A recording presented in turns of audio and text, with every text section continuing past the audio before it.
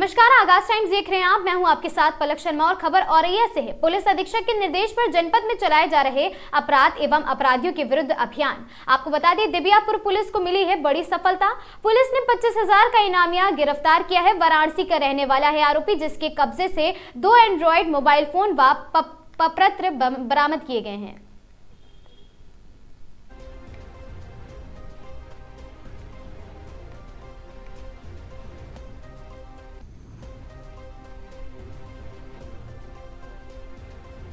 खबर उन्नाव से है, जहां उत्तर प्रदेश उप मुख्यमंत्री केशव प्रसाद मौर्य ने उन्नाव दौरे के दौरान जिले में चल रहे विकास कार्यों की समीक्षा की है। समीक्षा बैठक के बाद उन्होंने समाजवादी पार्टी और उसके मुखिया अखिलेश यादव पर तीखा हमला बोला है। डिप्टी सीएम ने कहा कि बिहार चुनाव में हार के बाद विपक्ष का मानसिक संतुलन बिगड़ गया है, इसी कारण वे उल जुलूल बयानबाजी कर रहे हैं। केशव प्रसाद मौर्य ने कहा कि जब से बिहार में हार का सामना करना पड़ा है, तब से समाजवादी पार्टी के नेता बौखलाए हुए हैं। अखिलेश यादव जी को भली भांति पता है कि मैं राष्ट्रीय स्वयंसेवक संघ का स्वयंसेवक हूं और भारतीय जनता पार्टी के लिए 2017 में अध्यक्ष के रूप में समाजवादी पार्टी की सत्ता को उखाड़ फेंकने का काम किया था। इसी वजह से उन्हें डर बना रहता है। उन्होंने आरोप लगाया कि अखिलेश यादव कभी नहीं चाहते हैं कि उत्तर प्रदेश में ओबीसी समाज का कोई भी मजबूत नेता उभर कर सामने आए। डिप्टी सीएम ने कहा कि भाजपा किसी एक वर्ग के लिए नहीं, बल्कि अगड़ा, पिछड़ा और दलित समाज की त्रिवेणी, लेकिन अब भी ओबीसी समाज का कोई नेता आगे बढ़ता है तो समाजवादी पार्टी का उसे घृणा होना मुमकिन है और साथ ही नफरत उन्हें होने लगती है, जिसके चलते वे अनर्गल बयान देते हैं। और साथ ही पीडीए, पिछड़ा, दलित, अल्पसंख्यक के मुद्दे पर बोलते हुए केशव प्रसाद मौर्य ने सवाल उठाया कि 2012 से 2017 तक जब समाजवादी पार्टी की सरकार थी, तब उनका पीडीए फॉर्मूला कहां था। उन्होंने कहा कि इस समय समाजवादी पार्टी कुंभकर्णी नींद में सोई हुई थी और अब जनता को गुमराह करने का काम कर रही है। समाजवादी पार्टी वीरेंद्र सिंह, उन्होंने बयान दिया है कि केशव मौर्य समाजवादी पार्टी के टच में और वो ज्वाइन कर सकते हैं 27 का। देखिए, समाजवादी पार्टी के मुखिया श्री अखिलेश यादव जी सहित जो आज की तिथि में सपा में है, सांसद हो, चाहे विधायक हो और चाहे विधान परिषद के सदस्य हो, ये सारे लोग बौखलाए हुए। 2024 के लोकसभा चुनाव में इन्होंने जनता से झूठ बोला कि भारतीय जनता पार्टी बड़ी विजय प्राप्त करेगी तो संविधान और आरक्षण को खत्म करेगी। पहले हर बार सदन में ये जनगणना का, जाति जनगणना का मुद्दा उठाते।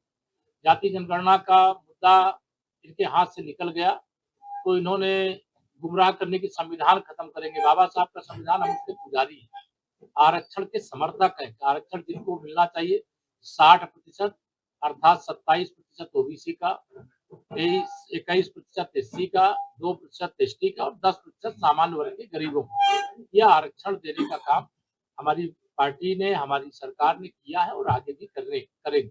ये बौखला गए हैं। बिहार चुनाव में समाजवादी पार्टी का कोई कैंडिडेट नहीं।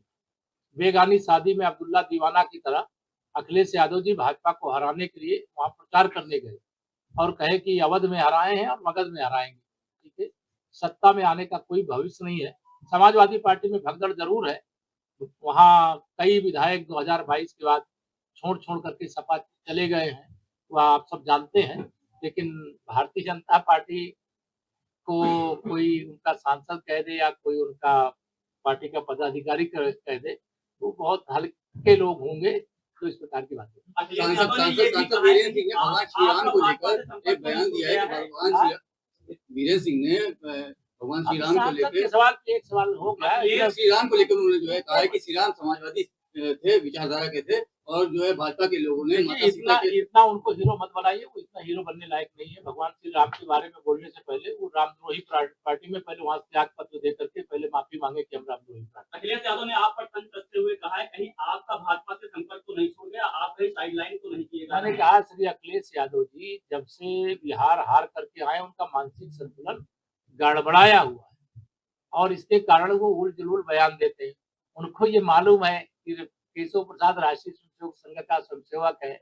भारतीय जनता पार्टी के लिए में अध्यक्ष के रूप में उनको सत्ता से उखाड़ फेंकने का काम हम लोगों ने किया था 2017 में। तो उनको इस प्रकार का डर लगा रहता है श्री अखिलेश यादव जी को।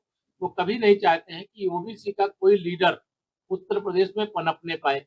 हम तो ओबीसी नहीं मानते। भारतीय जनता पार्टी तो अगड़ा, पिछड़ा, दलित की त्रिवेणी है। लेकिन वह अगर ओबीसी समाज का कोई नेता अगर बन रहा होगा तो उससे उनको बहुत घृणा होती है, नफरत होती है, इसलिए उल्टे सीधे बयान देते हैं। लेकिन जब मैं उनसे पूछता हूँ कि ये जो पीडीएफ फर्जी चला रहे हो, 2012 से 2017 तक जब आप मुख्यमंत्री थे, तब आपका पीडीएफ फार्मूला कहाँ चला गया था? उस समय कौन सी कुंभकर्णी निद्रा में सो गए थे? तो इसका उनके पास कोई जवाब नहीं है। वो दुष्प्रचार करने में महारत हासिल करके लोकसभा के चुनाव में कुछ सीटें अधिक जीत लेते। सर, एफआईआर अभियान चलाया गया, कई करोड़ वोट कट गए यूपी के अंदर, क्या कहना चाहेंगे? किसका वोट इसमें कटा कुछ है? कहना नहीं, किसी का नहीं कटा है। अभी 6 फरवरी तक समय है, जिनका कटा है वो फॉर्म 6 भर करके अपना नाम जुड़वा सकते हैं। कांग्रेस नेता है इसको लेकर आगे चल रही है वोट जुड़वाने का। नहीं, भारतीय जनता पार्टी के पास कार्यकर्ता है, समाजवादी पार्टी के पास गुंडे अपराधी हैं। जिनके पास कार्यकर्ता होंगे वो बूथ पे काम करेगा, जिनके पास गुंडे अपराधी होंगे वो बूथ पे काम नहीं करेगा, वो बूथ देखेगा भी नहीं, झाकेगा भी नहीं। धन्यवाद। कांग्रेस नेता मणिशंकर अय्यर हैं, उन्होंने हिंदुत्व पर अटैक करते हुए कहा हिंदुत्व एक तरीके से डरा हुआ हिंदू। इनके बहुत सारे बयान आप सब लोगों ने देख लिया है और हिंदुत्व की पताका लहरा रही है।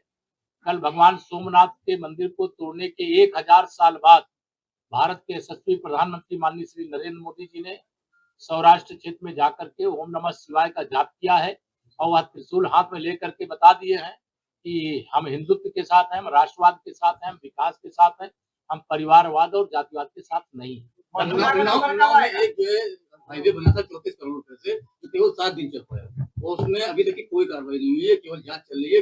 कोई जांच हो जाने दो ना, कार्रवाई उसके बाद ना हो तब तक कहना काफी टाइम हो गया। नहीं। अगर देर हो गई तो जल्दी जांच करवाएंगे और जो दोषी होगा कार्रवाई महोदय महोदय आपके विभाग से रिलेटेड है। सिकंदरपुर सरोसी में आपके विभाग द्वारा 45 कार्य करवाए जा रहे विकास का और उनमें लगातार आवाजें उठ रही हैं कि मानक और गुणवत्ता वो बनने के साथ ही टूट रही हैं। कौन सब काम सर, ये आपका जो है विधायक के द्वारा बनवाए जा रहे 45 कार्य और वो लगातार टूट रहे देखिए, हैं। गुणवत्ता से कोई समझौता नहीं होगा। अगर गुणवत्ता के विरुद्ध कोई आचरण करेगा तो उसमें हमारे सख्त निर्देश हैं और दोषी आपके के आला खिलाफ अधिकारियों का कार्रवाई। कहना है कि वो गुणवत्ता से हो रहे हैं और जबकि उधर से बराबर टूट रहे हैं और नहीं, दोबारा अगर शिकायत कोई आएगी गुणवत्ता के विरुद्ध करेंगे, जो मानकता है उसके विरुद्ध करेंगे तो कार्रवाई करेंगे। धन्यवाद। लगातार माफियाओं का कटी पेपर खड़ा में कब्जा है और प्रधान लगातार एप्लीकेशन दे रहे हैं।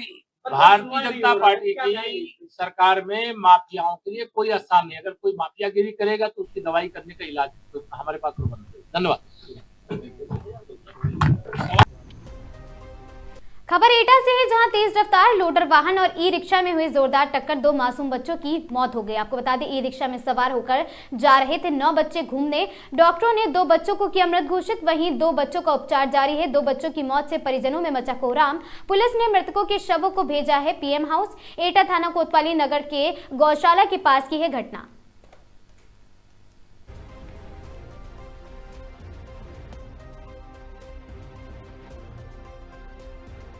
नाम है आपका? महेंद्र। महेंद्र जी, अभी आप इमरजेंसी आए हैं, क्या घटना हुई, कहाँ पर घटना हुई? गौशाला के सामने है टक्कर हो, गाड़ी वाला मार के कट मार गया। किससे टक्कर हुई, किस वाहन से थे आप? वो छो तो हाथी। नहीं, आप किस वाहन से थे? हम टेररी थे, मालगाड़ी थे। अच्छा, क्या बच्चे घायल? हाँ, 4 खाले हो गए, दो खत्म हो गए। अच्छा, तो ये बच्चे आप कहाँ से कहाँ ले जा रहे थे? अरे ये टाकू आ रहे इतने मंडी पे तरह लेकर घुमा के इतने ये टाकू आ रहे चुंगी तरफ। कहाँ रहते, कहाँ आप? बम्मा पे नाले कुशवा नगर में। अच्छा, तो ये बच्चे कहाँ के थे? मोहल्ला के हैं सबरे कुशवा नगर। किस लिए लेके जा रहे थे आप बच्चों? ये नौकरे बच्चे हमें घुमा ला, चाचा घुमा ला, तो हम घुमा भी ले आए। अच्छा, कुल कितने लोग सवार थे इसमें? वहाँ में 9 बच्चा है सबरे। हाँ, उस बच्चों के नाम बता रहे? एक का नाम रबता है, एक का नाम भी है मोडरिया। खबर हमीरपुर से है, जहां नशे में युवक ने पानी की टंकी पर चढ़कर किया हाई वोल्टेज ड्रामा। स्थानीय लोगों ने टंकी में युवक को चढ़ा देख पुलिस को दी है सूचना। पुलिस ने युवक को कड़ी मशक्कत के बाद टंकी से उतारा नीचे। युवक के हाई वोल्टेज ड्रामा का वीडियो सोशल मीडिया पर जमकर हुआ वायरल। मौधा कोतवाली क्षेत्र के मीरा तालाब स्थित काशीराम कॉलोनी का मामला।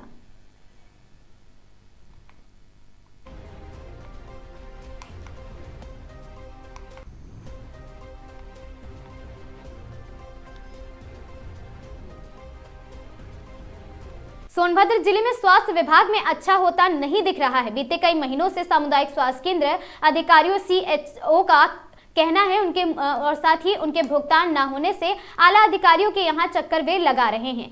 सीएमओ, डीएम और साथ ही सीडीओ से मिलकर सीएचओ अपनी व्यथा सुना रहे हैं, लेकिन स्वास्थ्य विभाग है कि जागने का नाम नहीं ले रहा।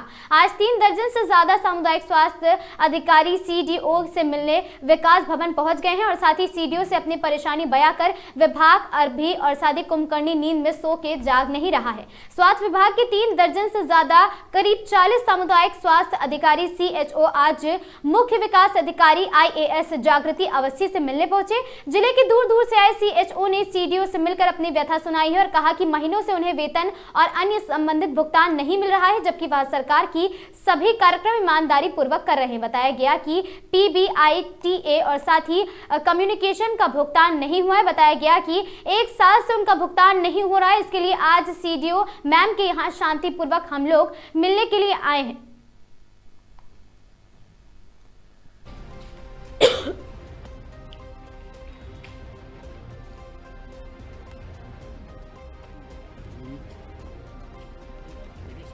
मैं सीएचओ सिलथम से हूँ, चतरा ब्लॉक से।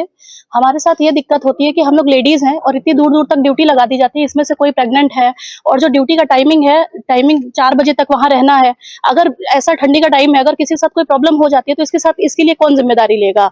अगर इन सब बारे में बात की जाती है तो उनका ये कहना है कि ड्यूटी है। चलो ठीक है, ड्यूटी है। अगर किसी भी ड्यूटी के लिए आप अगर हमें समय से मानदेय दीजिए, टीबीआई, पीबीआई और जितना भी हमारा टीए कम्युनिकेशन सारे भुगतान अगर समय से पूरे हो जाए, पैसा है तो हमें कोई प्रॉब्लम नहीं रहेगी, कोई प्रॉब्लम नहीं होगी कहीं भी ड्यूटी जाकर के करने के लिए। अगर इन सब बारे में ही हम लोग यहाँ पे आज आए हैं। ऐसा नहीं मिल रहा है, उस दौरान आप लोगों को किस तरह की दिक्कतों का सामना करना पड़ा? आर्थिक समस्या की वजह से सर मानसिक प्रताड़ना तो हो ही रही है, साथ में ही हम अब हमारी स्थिति चलाने में बहुत ज्यादा प्रॉब्लम हो रही है। फैमिली के लिए प्रॉब्लम हो रही है। कोई भी चीजें अगर हमारा टाइम है कि हम फैमिली को दे, उल्टा हम फैमिली से मांग रहे हैं पैसा, तो ये सब तो समस्या ही है ना। किसी के साथ पूरी फैमिली, सब संविदा कर्मचारी हैं, सब लोग इसी पे डिपेंडेंट हैं।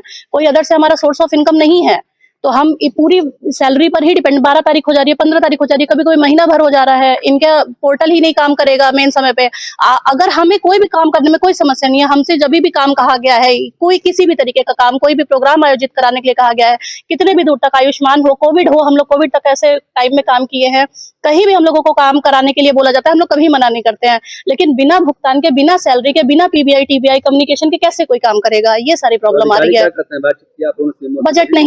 बजट नहीं है, या तो मेन ऑफ द टाइम पे मिलेंगे नहीं है।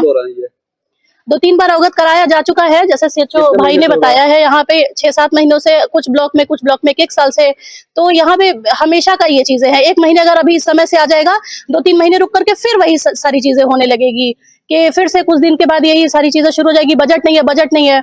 और अगर बजट नहीं है तो फिर किसी के लिए बजट ना हो। कुछ का बजट नहीं है तो भी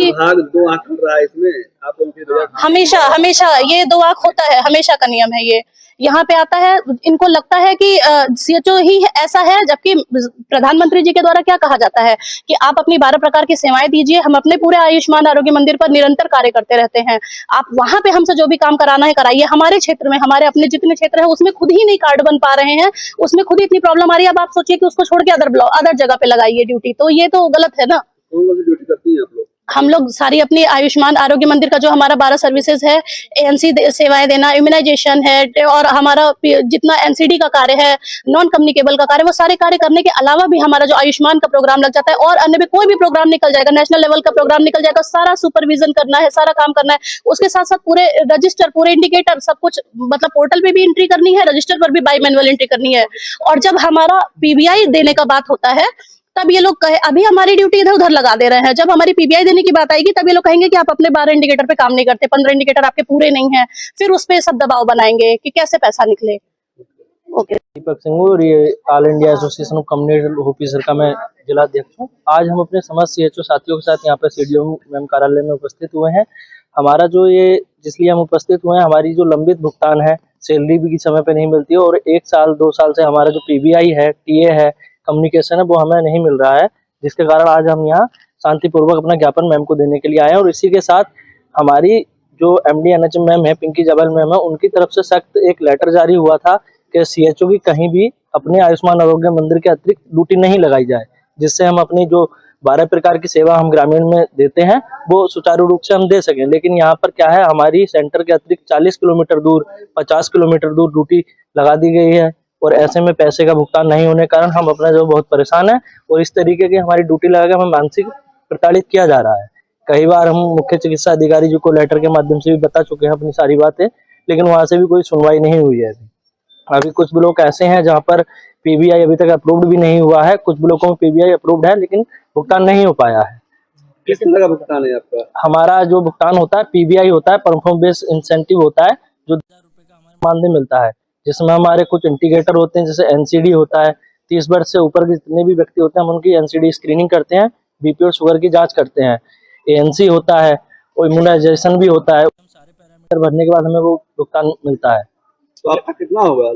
कम से कम हमारा अगस्त से भुगतान बाकी है। अगर चतरा ब्लॉक की बात करें तो अगस्त से हमें नहीं मिला है, और भी कुछ ऐसे ब्लॉक हैं जिनको 9-9, 10-10 महीने से भुगतान नहीं मिला है। लेकिन जो स्वास्थ्य विभाग के द्वारा जो जानकारी मिली है कि कुछ जगहों पे तो आप लोगों हाँ सर, कुछ हमारे ब्लॉक है, सोनभद्र जिले के कुछ ब्लॉक है, जैसे मयूरपुर ब्लॉक है, वहाँ पर भुगतान पीबीआई का हो गया है। लेकिन जब हम बात करते हैं तो ये बताया जाता है कि बजट नहीं है। लेकिन जब बजट नहीं है तो फिर एक ब्लॉक में कैसे हो सकता है? अब सर, हाँ सर, यही हमें अपने विभाग से भी जानना है, इसीलिए हम ये ज्ञापन देने के लिए आए हैं। लेकिन हमारी वहाँ पे मुख्य चिकित्सा अधिकारी जी से बात नहीं हो पाई, शायद वो आज में मीटिंग में थे। हमने वहाँ पर लेटर दे दिया है और आज सीडीओ मैम के पास भी हम आए हैं, अपनी बातों को अवगत कराएंगे। क्या आप लोगों से कमीशन की भी मांग की जाती है पीबीआई भुगतान को लेकर? नहीं सर, ऐसे तो हमसे कमीशन का कुछ मांग नहीं होती है, क्या आप पैसा दीजिए तब हम आपको पैसा देंगे। लेकिन जब एक ब्लॉक का पैसा आया है, हमारा नहीं आया तो कुछ भी हो सकता है, उसकी हमें अभी जानकारी ऐसी नहीं है। तो ऐसे आप लोग कितने लोग हैं? आज हम अपने साथियों के साथ 40 से 50 लोग यहाँ पे उपस्थित हैं। टोटल जिले में कितने आप लोग? 170 लोग हम अभी सीएचओ हैं जिले में। उत्तर प्रदेश के जनपद अमरोहा पुलिस अधीक्षक अमित कुमार आनंद एवं जिलाधिकारी अमरोहा श्रीमती निधि गुप्ता वत्स द्वारा मकर संक्रांति स्नान के पूर्व दृष्टिगत श्रद्धालुओं के स्नान को सकुशल संपन्न कराए जाने हेतु तिगरी गंगा घाटों पर निरीक्षण किया गया एवं संबंधित को आवश्यक दिशा निर्देश दिए हुए और साथ ही श्रद्धालुओं के स्नान के दौरान रूट डायवर्जन व पार्किंग स्थलों श्रद्धालुओं की सुरक्षा व्यवस्था का जायजा लिया गया। श्रद्धालुओं की सुरक्षा के दृष्टिगत पुलिस बल और साथ ही फ्लड पीएसी व स्थानीय गोताखोरों की ड्यूटियां लगाई गई हैं एवं स्नान क्षेत्र में प्रवेश करने वाले मार्गों पर तथा महत्वपूर्ण स्थलों पर पर्याप्त पुलिस बल एवं पीएसी की तैनाती भी की गई है।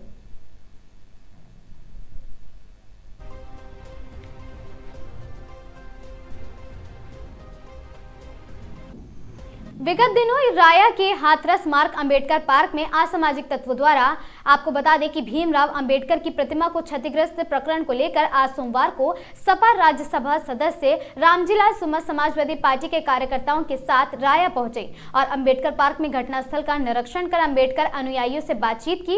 इस दौरान रामजीलाल सुमन ने कहा कि बाबा साहब की मूर्ति टूटना दुर्भाग्यपूर्ण है। योगी सरकार में राया ही नहीं बल्कि पूरे उत्तर प्रदेश में भीमराव अंबेडकर और साथ ही भगवान गौतम बुद्ध की मूर्तियां ही तोड़ी जा रही हैं। योगी जी का बुलडोजर जाति और धर्म को देख कर चलता है। ये दलित विरोधी सरकार है। हालांकि इस प्रकरण में पुलिस ने प्रतिमा को क्षतिग्रस्त करने वाले आरोपियों को गिरफ्तार कर जेल भेज दिया है।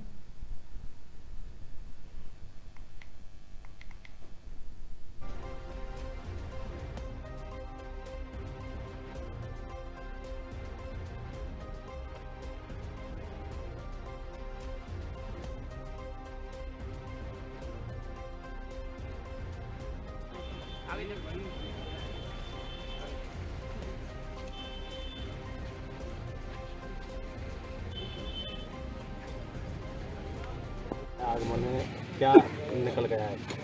ये अत्यधिक दुर्भाग्यपूर्ण है कि योगी राज में न सिर्फ राया में पूरे उत्तर प्रदेश में बाबा साहब डॉक्टर अंबेडकर भगवान गौतम बुद्ध की मूर्तियां टूटी हैं। और सबसे अधिक विचारणीय सवाल यह है कि आखिर इन्हीं महापुरुषों की मूर्तियां क्यों टूट रही हैं।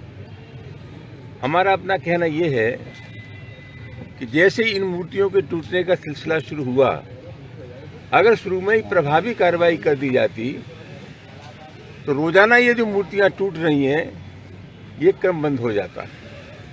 लगता यह है कि अपराधियों को महसूस हो रहा है कि उनके दिल की सरकार है, मन की सरकार है, और उसी के हिसाब से समाज की शक्तियां संचालित होती। कहीं से कोई कठोर कार्रवाई का संदेश उत्तर प्रदेश की सरकार ने नहीं दिया। और ये बाबा साहब डॉक्टर अंबेडकर की और बुद्ध की मूर्तियां नहीं टूट रही हैं, एक विचार पर हमला है। ये मनुवादी लोग डॉक्टर अंबेडकर के दर्शन पर हमला कर रहे हैं, भगवान गौतम बुद्ध के विचार पर हमला कर रहे हैं। तो एक बहुत गंभीर मामला है। पूरे उत्तर प्रदेश में बुलडोजर चलता है। पहले ही बुलडोजर चल जाता है। इस प्रकार की घटनाओं पर पूरे उत्तर प्रदेश में इस प्रकार के लोगों पर कहीं भी कोई बुलडोजर नहीं चला। तो उत्तर प्रदेश में जो बुलडोजर है, योगी का बुलडोजर, ये भी जाति और धर्म को दे करके चलता है। ये दलित विरोधी सरकार है और इसी वजह से दलितों की भावनाओं पर लगातार हमला हो रहा है, उनके जज्बात पर हमला हो रहा है। डॉक्टर अम्बेडकर की मूर्तियाँ तोड़ी जा रही हैं। ये बहुत गंभीर मामला है और भविष्य में ऐसा है कि घटनाओं की पुनरावृत्ति न हो, इसलिए इन मामलों में बहुत कठोर कार्रवाई की आवश्यकता है। सर एफआईआर को लेकर क्या कहेंगे, जिस तरह से शर्मा जी के घर में सतलम का बहुत बड़ा निकला है? अरे आज और मामलों को थाना पिहानी पुलिस की बड़ी कार्रवाई, 25,000 रुपए का इनामिया गैंगस्टर गिरफ्तार। आपको बता दें, हरदोई थाना पिहानी पुलिस ने गैंगस्टर एक्ट के तहत वांछित चल रहे 25,000 रुपए के इनामिया अभियुक्त को गिरफ्तार कर बड़ी सफलता हासिल की है। गिरफ्तार अभियुक्त संगठित रूप से गिरोह बनाकर धोखाधड़ी व जालसाजी जैसे गंभीर अपराधों में लिप्त था। पुलिस के अनुसार दिनांक 1 जनवरी 2026 को प्रभारी निरीक्षक थाना पिहानी द्वारा अभियुक्त राजकुमार उर्फ लालू पुत्र राजेश कुमार निवासी ग्राम नरधीरा थाना पिहानी जनपद हरदोई साहिल कुल 4 अभियुक्तों के विरुद्ध आर्थिक व भौतिक लाभ के उद्देश्य से गिरोह बनाकर समाज गतिविधियों में संलिप्त पाए जाने पर मुकदमा अपराध संख्या 1/26 धारा 2/3 उत्तर प्रदेश गिरोह बंद समाज विरोधी क्रियाकलाप निवारण अधिनियम 1986 के अंतर्गत अभियोग पंजीकृत किया गया था। दिनांक 12 जनवरी 2026 को थाना पिहानी पुलिस ने सटीक सूचना के आधार पर इनामी अभियुक्त राजकुमार उर्फ लालू को गिरफ्तार कर लिया था। अभियुक्त का आपराधिक इतिहास की बात करें तो गिरफ्तार अभियुक्त के विरुद्ध थाना पिहानी में पूर्व से कई आपराधिक मुकदमे दर्ज हैं।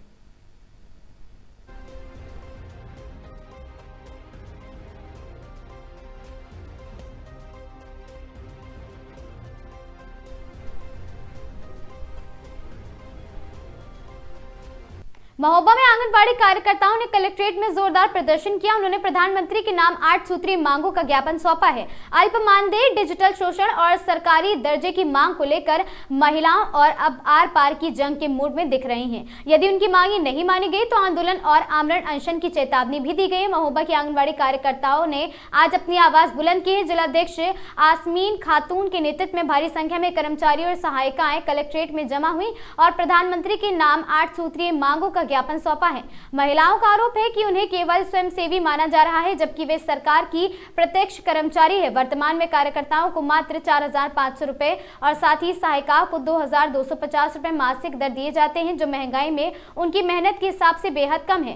कार्यकर्ताओं ने न्यूनतम वेतन 24,000 रुपए, सरकारी दर्जा पेंशन और साथ ही ग्रेजुएटी की मांग की है। साथ ही तकनीकी के नाम पर होने वाले मानसिक शोषण का मुद्दा भी उठाया गया। इसके अलावा सेवानिवृत्ति पर 5 लाख रुपए की आर्थिक सहायता और साथ ही लाभार्थियों के पोषण आहार में 3 गुना वृद्धि भी प्रमुख मांगों में शामिल है। कार्यकर्ताओं का कहना है कि वे अब बंधुओं और साथ ही बंधुआ मजदूरी जैसी स्थिति में काम नहीं करेंगे। यदि उनकी मांगे नहीं मानी गई तो आमरण अनशन और बड़े आंदोलन की चेतावनी दे रही हैं।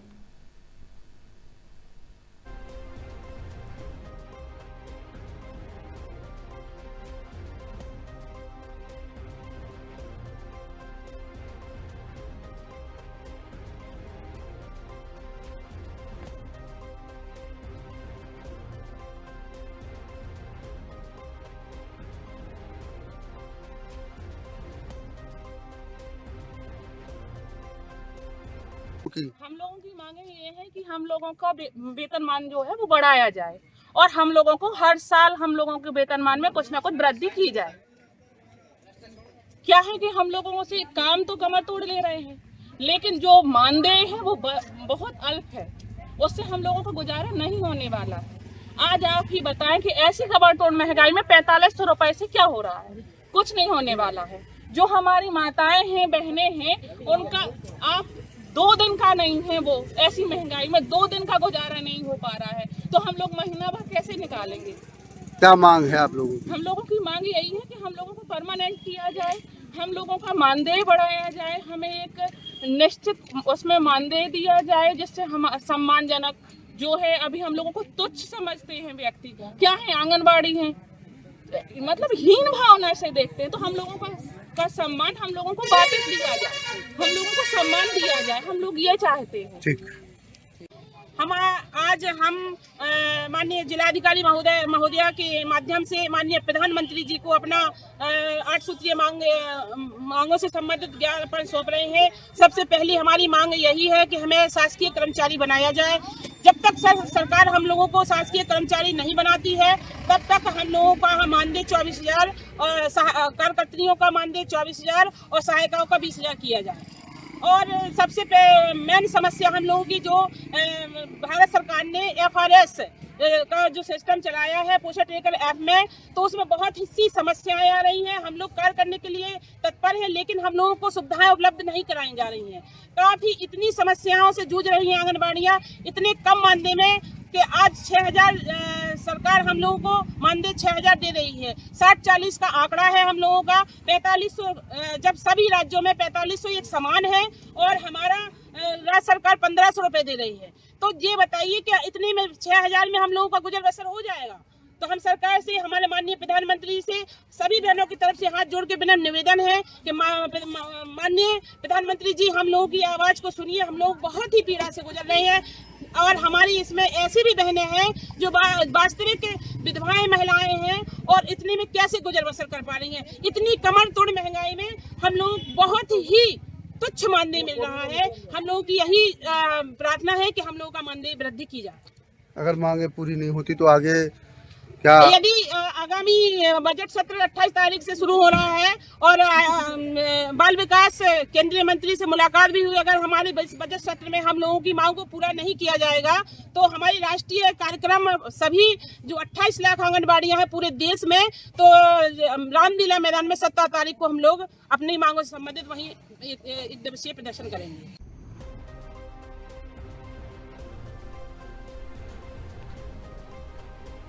महोबा में बेघर होने के डर से दर्जनों ग्रामीण जिलाधिकारी की चौखट पर न्याय की गुहार लगाने पहुंचे हैं। चरखारी तहसील के काकुन ग्राम में 50 साल से हो रहे अनुसूचित जाति के परिवारों को उनके आशियाने उजाड़ने का नोटिस मिला है। प्रशासन शमशान की भूमि बता रहा है उसे, जबकि ग्रामीणों का दावा है कि उनके पास वैध पट्टे और आवास योजना के मकान हैं।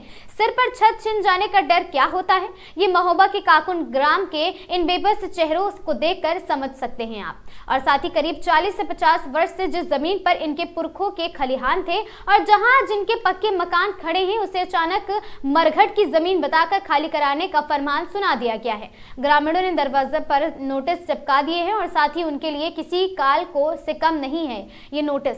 संतोष, ज्ञानवती और संतराम जैसे दर्जनों ग्रामीणों का आरोप है कि भूमि प्रबंधन समिति और कुछ असामाजिक तत्व रंजिश के चलते उन्हें बेघर करना चाहते हैं। ग्रामीणों का दावा है कि जिस गाटा संख्या पर उनके मकान है वहां कभी कोई शव नहीं जलाया गया है। असल मरघट तो दूसरे स्थान पर है। ज्ञानवती भावुक होकर बताती हैं कि 50 साल पहले तत्कालीन प्रधान ने उन्हें पट्टे दिए थे, लेकिन अब अचानक इसे सरकारी शमशान भूमि बताकर गिराने की धमकी दी जा रही है। अनुसूचित जाति से ताल्लुक रखने वाले इन ग्रामीणों के पास इस मकान के अलावा रहने की कोई दूसरी जगह नहीं है। इनका कहना है अगर मकान गिरा तो हम छोटे छोटे बच्चों को लेकर कहां जाएंगे।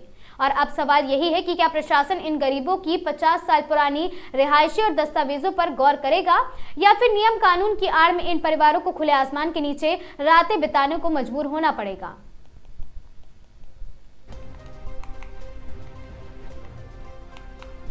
हमला हो गया राजी जी, वहाँ वो हमारी कब मटी जमीन थी, हमने वहाँ जो बहुत 50 साल पहले से कब्जे था, हम वहाँ खलियान रखे रहे। अब वहाँ मकान बन चुके, मकान बने तो गांव के लोगों ने, कुछ लोगों ने जो विवाद करके हमसे जो हमारे मकान गिरवा दिए गए और हमारे छोटे छोटे बच्चे जो हमारे ढकेले फिर रहे हैं। चरखारी जाते हैं तो हमारी कोई सुनता नहीं है। अब यहाँ हमें साहब के यहाँ आए हैं तो अभी आप उन्होंने किसने गिरवा दिए मकान, किसने नोटिस दिया आपको, क्या है पूरा मामला? लेखपाल था और कानून था, नाप तहसीलदार था, कानून था, लेखपाल को नाम का। क्या नोटिस दिया है, क्या लिखा है नोटिस में, क्या बताया गया, क्यों हटाए जा रहे मकान? कह रहे मरघट की जमीन है। अच्छा, पहले जब प्रधान ने पट्टे किए हैं तब जब किसी ने नहीं बताया कि यहाँ जब प्रधान अगर सब वहाँ मरघट की जमीन होती तो मतलब जो फिर पट्टी प्रधान ने कैसी पट्टी बना दे गई हमारे। लगभग कितने परिवार हैं ऐसे यहाँ? कम हर जने सब या 20-25-50 का आदमी है। क्या क्या मांग किया साहब को आपने एप्लीकेशन दी, क्या मांग की आप लोगों ने? हमारे ये मांग की थी कि हमारे साथ पट्टे है जो ना वो मकान न गिरे टूटे। ठीक, हाँ मकान न गिराए जाए। ठीक। गांव के लोग इसलिए इकट्ठे हैं कि उनके घरों में नोटिस चिपकाया गया, 7 दिन की मोहलत दी है मकान गिराने के लिए, इसलिए उनसे अपने एप्लीकेशन देने आए। क्यों गिरा रहे, क्या क्या वजह आ गई? वजह कुछ ये है, कह रहे सरकारी है, हमको पता नहीं है, बुजुर्ग रहते रहे हमारे, वहीं हम रहने लगे, उनको ये नहीं है कि ये सरकारी है या भूमधारी है या किसी की है। कितनी पीढ़ियों से रह रहे दादा वहाँ?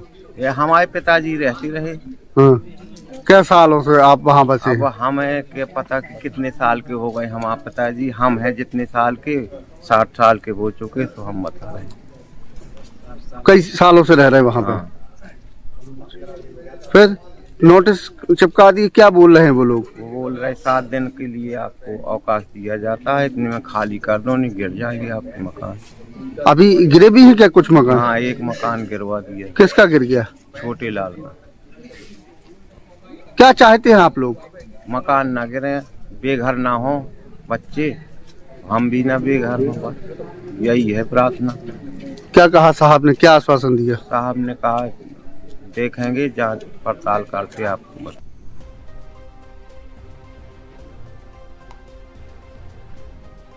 पंजाबी महासभा शाहजहांपुर की ओर से महानगर स्थित अटल ऑडिटोरियम में लोहड़ी महोत्सव धूमधाम से मनाया गया। कार्यक्रम की शुरुआत महासभा के अध्यक्ष लाजपत राय बत्रा एवं पदाधिकारियों द्वारा ईश वंदना के साथ की गई और साथ ही इस अवसर पर बरेली पंजाबी महासभा के पदाधिकारी एवं जनपद के जनप्रतिनिधि भी उपस्थित रहे, जिनका गर्मजोशी से स्वागत किया गया। परंपरागत रीति रिवाजों के अनुसार लोहड़ी जलाई गई और प्रसाद का वितरण किया गया। कार्यक्रम में सैकड़ों पंजाबी परिवारों ने भाग लिया। महासभा की ओर से उन परिवारों को विशेष रूप से सम्मानित भी किया गया जिनके घर पहली लोहड़ी की खुशियां आई हैं और बच्चों से लेकर बुजुर्गों तक सभी ने नृत्य और पर्व की खुशियां साझा की हैं। महासभा के अध्यक्ष लाजपत राय बत्रा ने बताया कि लोहड़ी हमारी संस्कृति और एकता का पर्व है। ऐसे आयोजन से समाज आपस में जुड़ता है। लोहड़ी महोत्सव ने एक बार फिर पंजाबी संस्कृति की जीवंत झलक दिखाई है और आपसी भाईचारे को संदेश दिया है। कार्यक्रम के अंत में महासभा के महामंत्री सुनील गुप्ता एवं रोमी आनंद ने सभी आगंतुकों का आभार व्यक्त किया।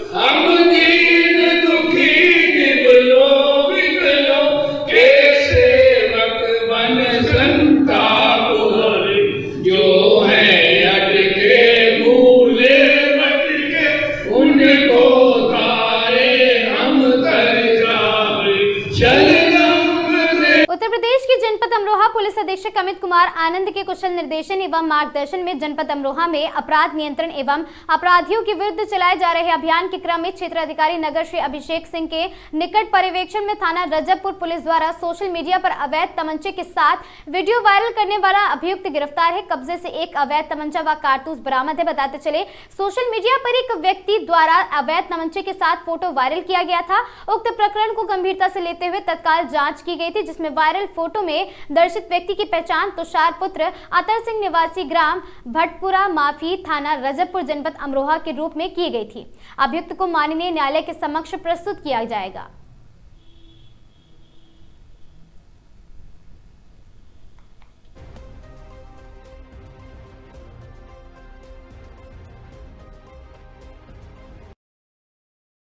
गजरौला कोतवाली क्षेत्र में एक तेज रफ्तार बाइक आगे चल रहे टिप्लर से जा घुसी है, जिसमें बाइक सवार एक किशोर की मौत हो गई है और दूसरा गंभीर रूप से घायल हो गया। आनन फानन में दोनों किशोरों को 108 एम्बुलेंस की मदद से गजरौला सामुदायिक स्वास्थ्य केंद्र लाया गया, जहां डॉक्टरों ने एक को मृत घोषित कर दिया, वहीं दूसरे को बेहतर उपचार के लिए हायर सेंटर रेफर कर दिया है। किशोर की मौत से परिजनों का रो रो कर बुरा हाल है। बता दें कि घटना का ये पूरा मामला गजरौला नगर कोतवाली क्षेत्र की खाद गुर्जर रोड स्थित कुंदन सिंह डिग्री कॉलेज के निकट का है, जहां पर बाइक सवार दो किशोरों की बाइक उनके आगे चल रहे टिप्लर में जा घुसी है, जिससे दोनों बाइक सवार किशोर नीचे गिर गए हैं और दोनों को गंभीर चोटें भी आई हैं। सामुदायिक स्वास्थ्य केंद्र में भर्ती कराया गया है, जहां पर डॉक्टरों ने एक किशोर को मृत घोषित कर दिया, दूसरे को बेहतर इलाज के लिए हायर सेंटर भेज दिया। इस मामले में प्राप्त जानकारी के अनुसार मृतक किशोर का नाम रंजीत पुत्र राजेंद्र निवासी काशीपुर एवं घायल का नाम लविक पुत्र चंद्रभान निवासी गांव छज्जापुर थाना बछरायू जनपद अमरोहा बताया गया। इसके अलावा बताया गया कि मृतक रंजीत गांव छज्जूपुर में अपनी मौसी किरण के यहां रहता था और यहां रहकर वह पढ़ाई भी करता था।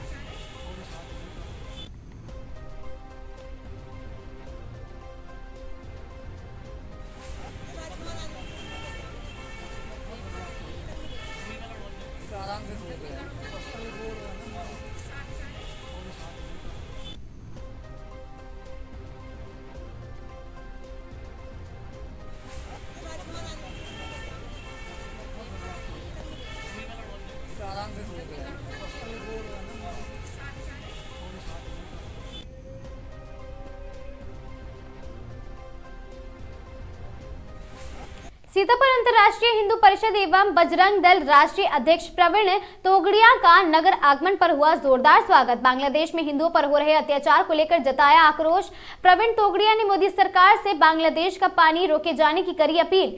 लगातार सामने आ रहे धर्मांतरण के मामलों को लेकर भी जताई नाराजगी और साथ ही उत्तर प्रदेश में धर्मांतरण करने वालों का सीएम योगी के बुलडोजर से किया जाएगा इलाज। और साथ ही सीतापुर नगर कोतवाली क्षेत्र का पूरा मामला बताया जा रहा, जहां पर अंतर्राष्ट्रीय हिंदू परिषद एवं बजरंग दल राष्ट्रीय अध्यक्ष प्रवीण तोगड़िया का नगर में जोरदार और साथ ही गर्मजोशी के साथ उनका स्वागत हुआ, जिसके बाद उन्होंने बांग्लादेश में हिंदुओं पर हो रहे अत्याचार को लेकर काफी कुछ कहा और साथ ही आक्रोश भी जताया है। प्रवीण तोगड़िया ने मोदी सरकार से बांग्लादेश का पानी रोके जाने की अपील भी करी, जिसके साथ आपको बता दें कि उन्होंने लगातार सामने आ रहे धर्मांतरण के मामलों को लेकर भी चिंता जताई है।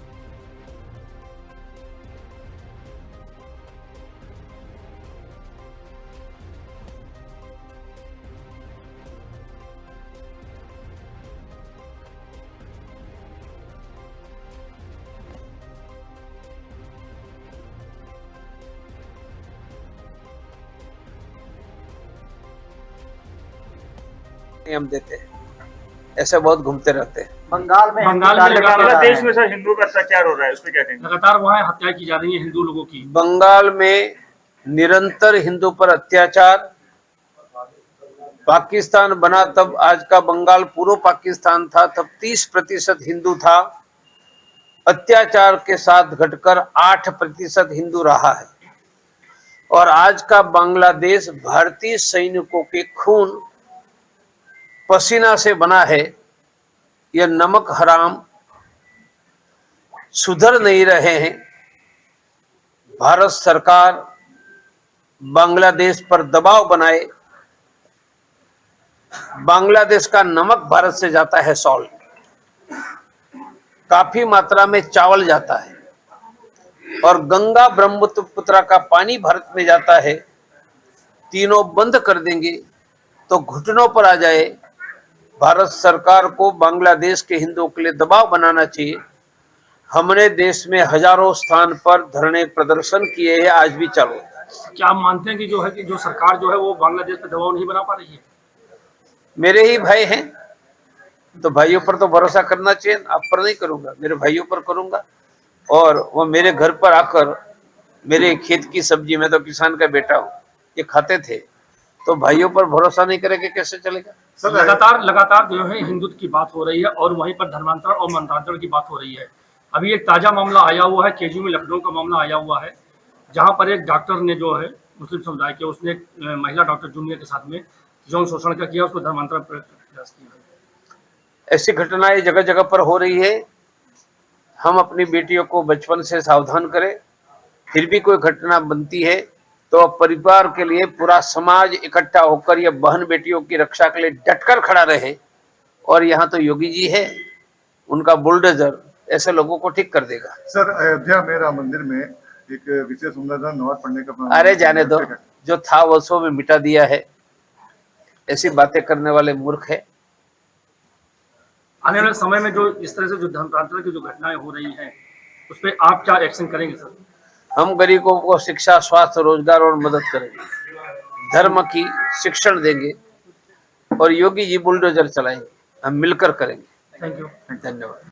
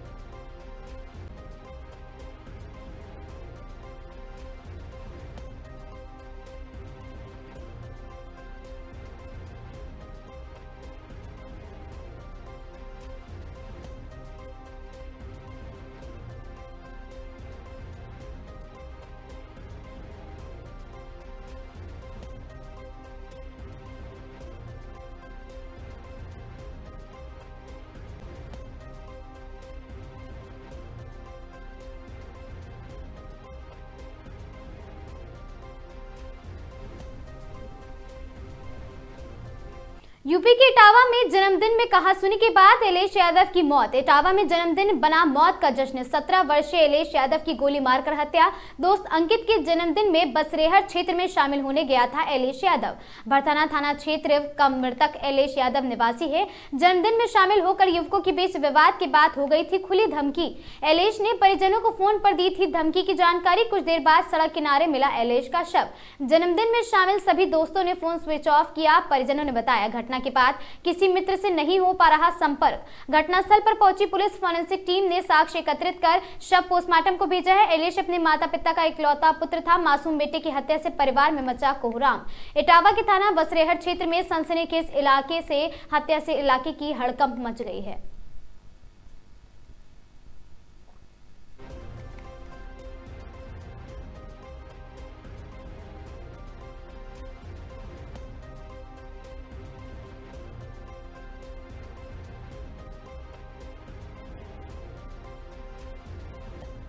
लाश पड़ी है, क्या घटना हुई है? विशाल यादव नाम है मेरा, भाई था हमारा, ताऊ का लड़का। बर्थडे में आया था, अंकित बल्लम नगरा की। किसका जन्मदिन था? अंकित का, नंगला बल्लम का। अतुल से बहस हुई, फिर इसकी क्या नाम है पता चला 6 बजे, तो मैं यहाँ पे आए तो इसकी लाश पड़ी मिली। यहाँ पे क्या नाम बर्थडे में वो आए थे नरेंद्र पाल, लड़के भी। ये कौन है नरेंद्र पाल? क्या नाम है, लड़ रहे हैं जिला पंचायत। फिर उसके बाद आपको कैसे पता चला? एक लड़के दोस्त ने फ़ोन किया है कि यहाँ पे क्या नाम काली मंदिर से झंझट हो गया है, गोलीबारी चली है। अतुल नाम के लड़के ने बहस हुई थी। अच्छा, गोली मार दी गई। थाना बसरेहट में सूचना प्राप्त हुई कि चंपानेर तिराहे पर एक युवक का शव मिला है। इस सूचना पर पुलिस द्वारा मौके पर पहुंचकर शव की शिनाख्त की गई। गांव वालों द्वारा बताया गया कि यह शव एलिस यादव पुत्र रविंद्र यादव निवासी भरतना का है। शव को पुलिस कब्जे में लेकर नियमानुसार पीएम के लिए भेजा जा रहा है। शव पर कुछ चोट के निशान हैं। इस प्रकरण में जांच करते हुए अग्रिम विधि कार्रवाई की जा रही है। परिजनों द्वारा जो तहरीर दी जाएगी, सुसंगत धाराओं में अभियोग पंजीकृत करते हुए अग्रिम विधि कार्रवाई सुनिश्चित की जाएगी।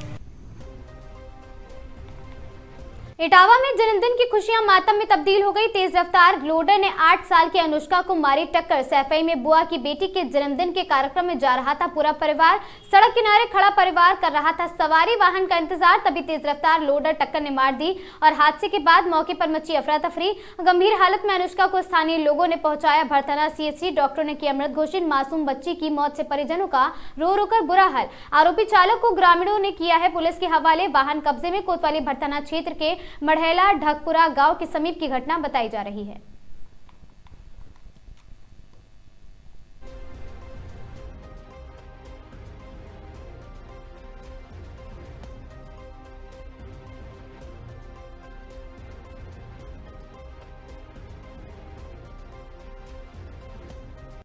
ये आपका क्या नाम है?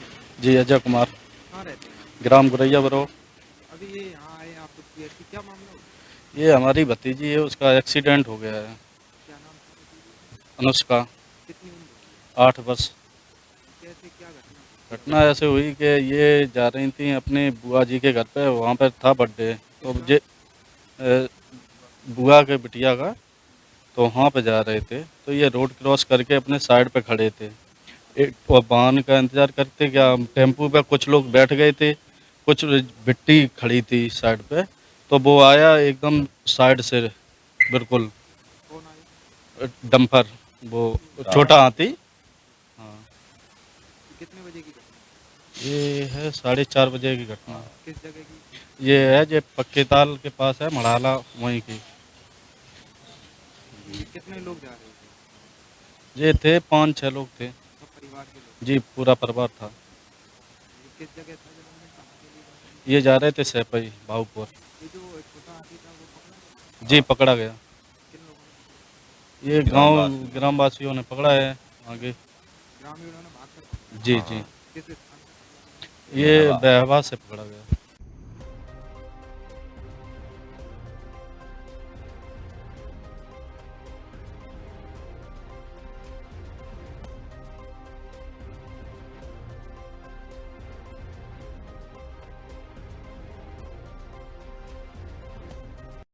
ये आपका क्या नाम है? जी अजय कुमार। कहाँ रहते हैं? ग्राम गुरैया बरो।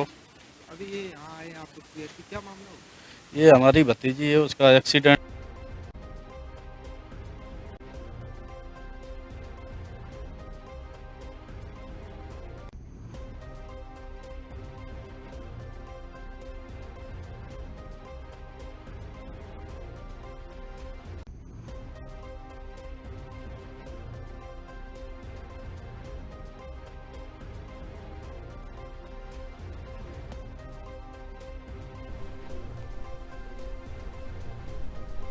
Bar council of Uttar Pradesh सदस्य प्रत्याशी वरिष्ठ अधिवक्ता अरविंद तिवारी को क्रम संख्या 57 पर अपना कीमती मत देकर भारी मतों से विजय बनाए संबंध में आजमगढ़ में bar council of Uttar Pradesh के चुनाव हेतु प्रचार प्रसार करते हुए और अधिवक्ताओं के बीच संबोधन में कहा कि अधिवक्ता प्रोटेक्शन एक्ट लागू हो, वरिष्ठ अधिवक्ताओं को 15,000 प्रतिमाह की पेंशन मिले और साथ ही नए अधिवक्ताओं को 5,000 प्रतिमाह और 3 वर्ष तक के लिए स्टाइपेंड किया जाए। और साथ ही उन्होंने काफी सुझाव और बदलाव का वादा किया। आजमगढ़ जनपद के समस्त अधिवक्ताओं ने ऐसे जुझारू अधिवक्ता साथी को विजेता बनाकर बार काउंसिल में भेजने का निर्णय लिया है। और साथ ही वहां पर अरविंद तिवारी एडवोकेट ने अधिवक्ताओं का मान सम्मान बढ़ाने के लिए के साथ ही बार काउंसिल के क्रियाकलाप में परिवर्तन करने के लिए क्रम संख्या 57 पर मत समर्थन एवं सहयोग हेतु निवेदन किया। 57 है। बार काउंसिल लड़ने का मेरा उद्देश्य है। सबसे पहला उद्देश्य एडवोकेट प्रोटेक्शन एक्ट लागू होना चाहिए। एडवोकेट प्रोटेक्शन एक्ट के लिए हमारी बार काउंसिल ने कोई काम नहीं किया आज तक। सर्वप्रथम मेरा प्रयास है कि advocate protection act bar council में पहुंचने के बाद पहला एजेंडा के रूप में बार काउंसिल में पहुंचने के बाद एडवोकेट प्रोटेक्शन एक्ट लागू करा जाएगा। दूसरा, हमारे बुजुर्ग अधिवक्ताओं को पेंशन मिलनी चाहिए, कम से कम 15,000 रुपये प्रति माह। जो हमारे अधिवक्ता बुजुर्ग हो गए हैं, जो कचहरी आने में अक्षम हैं, अपने को हो गए हैं, इन लोगों को कम से कम 15,000 रुपये प्रति महीने पेंशन मिलनी चाहिए। नए अधिवक्ताओं को 3 साल तक स्टाइपेंड देने की व्यवस्था कहते हैं कि हम सरकार ने लागू कर दिया है, किंतु आज तक किसी भी अधिवक्ताओं को अभी तक मिला नहीं। 5,000 रुपये नए अधिवक्ताओं को स्टाइपेंड मिलना चाहिए, किंतु मिला नहीं। केवल 2,000 लोगों को मिला है, जो कि एक बार प्रति माह मिलना चाहिए, किंतु केवल एक बार मिला है। तो मेरा यह आप लोगों से मैं कहना चाहता हूं इस चैनल के माध्यम से कि एडवोकेट प्रोटेक्शन एक्ट लागू हो, नए अधिवक्ताओं को स्टाइपेंड मिले और बुजुर्ग अधिवक्ताओं को पेंशन मिले। चौथा, कैशलेस 10 लाख रुपए का मेडिकल इलाज की व्यवस्था, कैशलेस व्यवस्था होनी चाहिए। अधिवक्ताओं को बीमा करना है, सारे अधिवक्ताओं का 10 लाख रुपए का कैशलेस बीमा होना चाहिए। बार काउंसिल में पहुंचने के बाद सरकार से इन बातों को लेकर के मैं पहला प्रस्ताव पास करवाने का प्रयास करूंगा कि चल करके सरकार से वार्ता होगी। हमारी मांगे नहीं माने जाएंगी तो 5 साल 7 साल ये लोग साल रहने के बाद कभी सरकार के खिलाफ एक दिन आह्वान तक नहीं किए। मैं आपको विश्वास दिलाता हूं कि निश्चित रूप से अगर हमारी मांगों को सरकार ने इनकार किया मानने से, विधानसभा का घेराव, पूरे अधिवक्ता समाज विधानसभा का घेराव करेंगे, धरना प्रदर्शन किया जाएगा। जब तक हमारी मांगे नहीं पूरी होंगी तब तक हम लोग अपनी बात को लेकर के आंदोलनरत रहेंगे। अरविंद तिवारी जिंदाबाद जिंदाबाद जिंदाबाद। संजीव कुमार द्विवेदी, आजमगढ़ दीवानी बार में प्रैक्टिस करते हैं। काशी खंडे आर्यावर्ते जम्बू द्वीपे भारत खंडे, ये तमसा माँ का किनारा है, ये गंगा का तटवर्ती किनारा है और ये चंद्रमा ऋषि दुर्वासा और दत्तात्रेय की भूमि है। यहाँ पर हम सभी लोग बार काउंसिल के चुनाव में हमारे बड़े भाई अरविंद तिवारी के लिए प्रचार कर रहे हैं। एकमात्र कम संख्या 57 है। ये एकमात्र ऐसी शख्सियत है जो इस 7-8 जिलों में सबसे कम 26वें नंबर पे बाहर हुए थे। 26वां स्थान 8 वोट से, मात्र 8 वोटों से ये बाहर हुए और इस बार हमारे इस क्षेत्र का प्रतिनिधित्व कराना है। 57 नंबर पर अपना प्रथम वरीयता का मत देकर अपने बड़े भाई अरविंद तिवारी को विजयी बनाना है। धन्यवाद।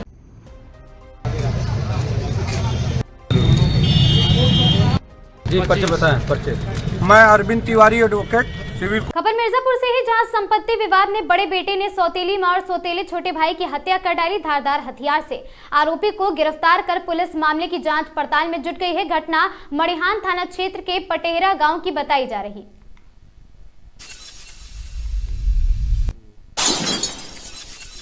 खबर चंदौली से है, जहां बच्चों में पतंग लूटने के दौरान थूकने का विवाद पकड़ा है तूल और साथ ही एक पक्ष द्वारा घर में घुसकर दूसरे पक्ष के साथ की गई निर्दयता पूर्वक लाठी डंडों से पिटाई। एक परिवार के आधा दर्जन लोग घायल हुए और जिला हॉस्पिटल में भर्ती कराए गए हैं। आपको बता दें, वायरल वीडियो देख हो जाएंगे आप दंग और साथ ही पुलिस आधा दर्जन से अधिक लोगों पर नामजद मुकदमा दर्ज करते हुए 2 को भेजा है जेल। आरोप है कि एक समुदाय के लोग मीटिंग कर दूसरे के घर सुबह बोले धावा और साथ ही पुलिस अधीक्षक आदित्य लांगे ने बताया है कि मामले की जा रही जांच, दोषियों के खिलाफ होगी नियम अनुसार कार्रवाई। मामला सदर कोतवाली क्षेत्र का बताया जा रहा।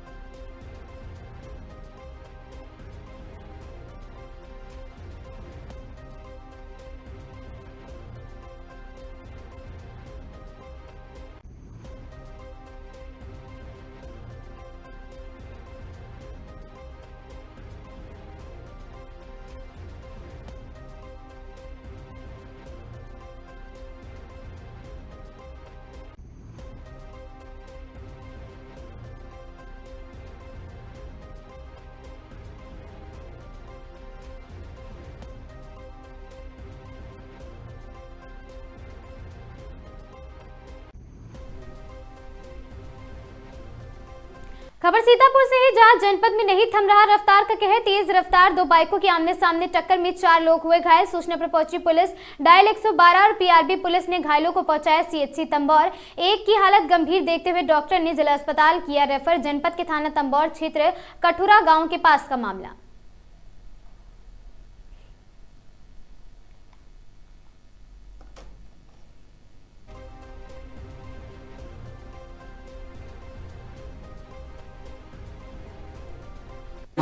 लाल मोहम्मद, ये एक्सीडेंट कैसे हुआ? पता ना, हम तो बाद ही मान है, ये लोग आए रहे हुआ सने ये रहा आज रहे दावत मंगनी हुआ गए रहा हुआ सने आए रहे बहुत रात से हम रुक जाओ, देर हो जाए न जाए उधर से आए रहे तो ये भवा है लोग के रही कठुरा के पास जी। तो कितने लोग घायल हुए? 3 लोग 4 लोग घायल हुए। तो कोई ज़्यादा घायल है क्या? हाँ, 3 के पैर टूट गए हैं। हमारे भतीजे के पैर टूट गया और एक गाँव के लड़का रहा चलावा रहा उसका पैर टूट गया और भैया के भी पता नहीं है, भाई के पता नहीं है टूटा है कि नहीं टूटा। अच्छा, एक जिला अस्पताल भी रेफर किया गया? जी, एक चला गया है जिला अस्पताल। तो ये कहाँ के रहने वाले थे? हम तो खटकुसमा के रहने वाले हैं। 3 लोग एक गाड़ी पे लगे हैं, वो खटकुसमा के रहने वाले हैं। खटकुसमा के जी। और एक दलपत। क्या नाम है तुम्हारा दादा? राजू। राजू, क्या हुआ था इनको? चतुर्वेदी। कैसे चोट लगी इनको? गाड़ी हाँ, गाड़ी एक्सीडेंट हुआ मोटरसाइकिल से। ये लोग कहाँ से थे? बाइक से ही थे। और दूसरा वाहन? दूसरा भी बाइक से थे। कितने लोगों को चोट लगी? 4 लोगों को। कहाँ पास हुआ है? किठूरा। हाँ, थाना तंबौर। 4 लोग घायल कहाँ हैं? 3 लोग पड़े हैं वहाँ। कहाँ? तंबौर में। तंबौर सीएचसी में। एक को यहाँ रेफर किया है। एक को यहाँ रेफर। ठीक, कहाँ पास हुआ फिर से बताना? किठूरा। हाँ।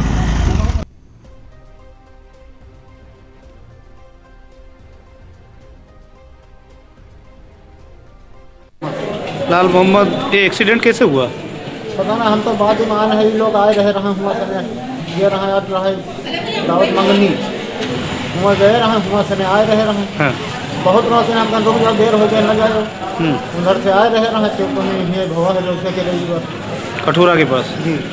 तो कितने लोग घायल हुए? 3 लोग 4 लोग घायल हुए। तो कोई ज़्यादा घायल है क्या? हाँ, 3 के पैर टूट गए हैं। हमारे भतीजे के पैर टूट गया और एक गाँव के लड़का रहा चलावा रहा उसका पैर टूट गया और भैया के भी पता नहीं है, भाई के पता नहीं है टूटा है कि नहीं टूटा। अच्छा, एक जिला अस्पताल भी रेफर किया गया? जी, एक चला गया है जिला अस्पताल। तो ये कहाँ के रहने वाले थे? हम तो खटकुसमा के रहने वाले हैं। 3 लोग एक गाड़ी पे लगे हैं, वो खटकुसमा के रहने वाले हैं। खटकुसमा के जी। और एक दलपत। क्या नाम है तुम्हारा दादा? राजू। क्या हुआ था इनको? चतुर्वेदी। कैसे चोट लगी इनको? गाड़ी से। हाँ, गाड़ी एक्सीडेंट हुआ मोटरसाइकिल से। ये लोग कहाँ से थे? बाइक से ही थे। और दूसरा वाहन? दूसरा भी बाइक से थे। कितने लोगों को चोट लगी? 4 लोगों को। कहाँ पास हुआ है? किठूरा। हाँ, थाना तंबौर। 4 लोग घायल कहाँ हैं? 3 लोग पड़े हैं वहाँ। कहाँ? तंबौर में। तंबौर सीएचसी में। एक को यहाँ रेफर किया है। एक को यहाँ रेफर। ठीक, कहाँ पास हुआ फिर से बताना? किठूरा। हाँ।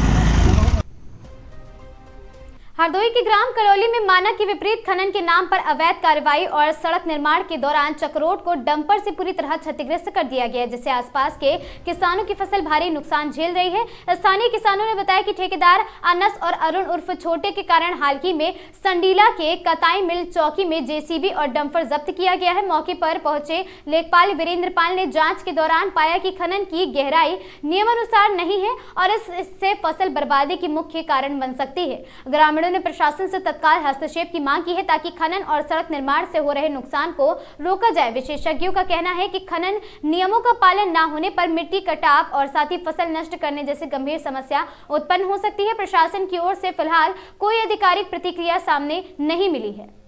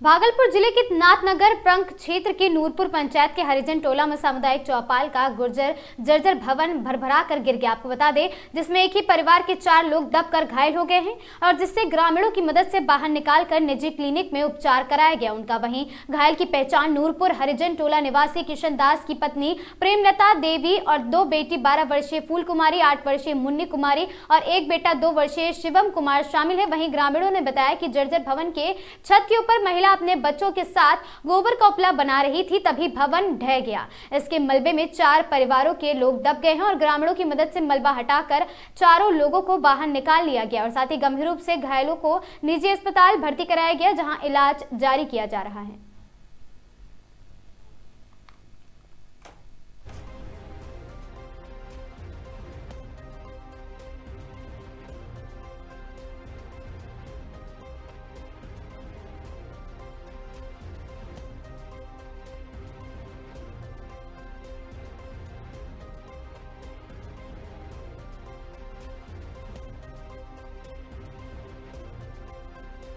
पाल था, बहुत जर्जर हो गया था, गिरने का स्थिति हो गया था। हम लोग बहुत प्रतिनिधि सबको हम लोग बोले, लेकिन कोई प्रतिनिधि सब आज तक कोई ध्यान नहीं दिया। हम लोग बोलते बोलते थक गए। आज ऐसा घटना अनहोनी हुआ कि बच्चा, एक लेडीज लोगों उसके नीचे गिर गया, चोट वोट लगा है।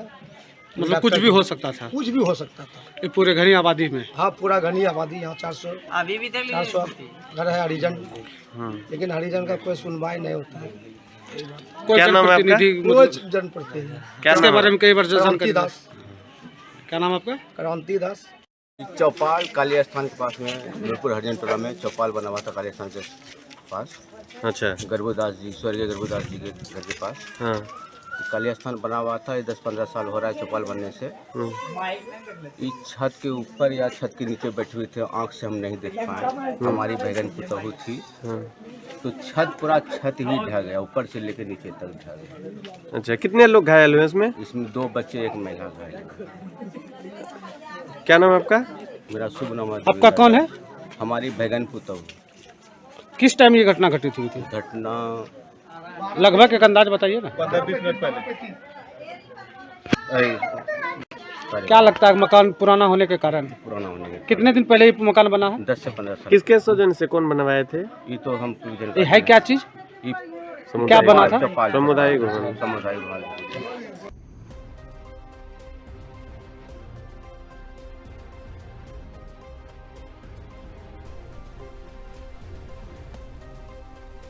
भागलपुर विद्या की देवी मां सरस्वती की पूजा में अब महज कुछ ही दिन शेष बचे हैं। ऐसे में भागलपुर समेत आसपास के इलाकों में मूर्तिकार मां सरस्वती की प्रतिमाओं को अंतिम रूप देने में दिन रात जुटे हुए हैं। हालांकि इस बार कड़ाके की ठंड और धूप की कमी ने मूर्तिकारों की मुश्किलें बढ़ा दी हैं। धूप नहीं निकलने के कारण प्रतिमाओं को सुखाने में काफी परेशानी हो रही है। कई मूर्तिकारों का कहना है कि नमी बने रहने से मूर्ति के आकार में मजबूती आने पर असर पड़ता है, जिससे उन्हें अतिरिक्त समय और मेहनत करनी पड़ती है। और साथ ही इन चुनौतियों के बीच एक सकारात्मक पहल भी देखने को मिल रही है। भागलपुर में इस बार सरस्वती प्रतिमाओं को रंगने के लिए इको फ्रेंडली रंगों का उपयोग किया जा रहा है।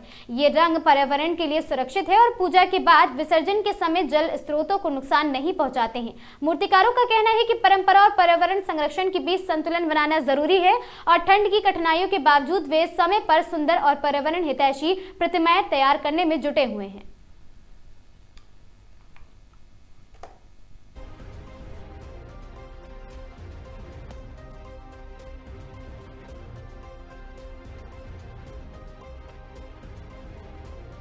जुटे हुए हैं, ठंड है, ठंड बहुत है, हाथ पैर काम नहीं करता है, मिट्टी में बहुत कमी रहती है। प्रतिमा सूखने में प्रतिमा सूखने में धूप निकल नहीं रहा है, प्रतिमा सूखने में थोड़ा दिक्कत है। इको फ्रेंड कलर का यूज कर रहे हैं। पर्यावरण को देखते हुए हम लोग काम कर रहे हैं। खरीदार आ रहे हैं जी, खरीदार आ रहे हैं, खरीदार भी आ रहे हैं। लोग बना हुआ प्रतिमा है, कुछ ऑर्डर देने के लिए लाख में आते हैं, हमारा भी बना दीजिए। हम लोग समय देखते हुए हर चीज काम करते हैं। जितना आप मेहनत करते हैं उससे कमाई होता है। जी, ढंग से हम लोग का मेहनत है, उस ढंग का हम लोग का प्रतिमा में प्रॉफिट नहीं है। हम लोग इस तरह से हम लोग का रोजगार है, इसको देखते हुए हम लोग का जो खानदानी पैसा है जो तो करना पड़ेगा ही नहीं, सारा चीज देखते हुए। और कितने तक की प्रतिमा है कीमत की? कीमत हम लोग के लगभग हम लोग के पास जो है 1100 से लेकर के आपको 30-35 हजार 40 हजार तक की प्रतिमा हमारे पास में। क्या नाम हुआ आपका? निर्मल कुमार पंडित।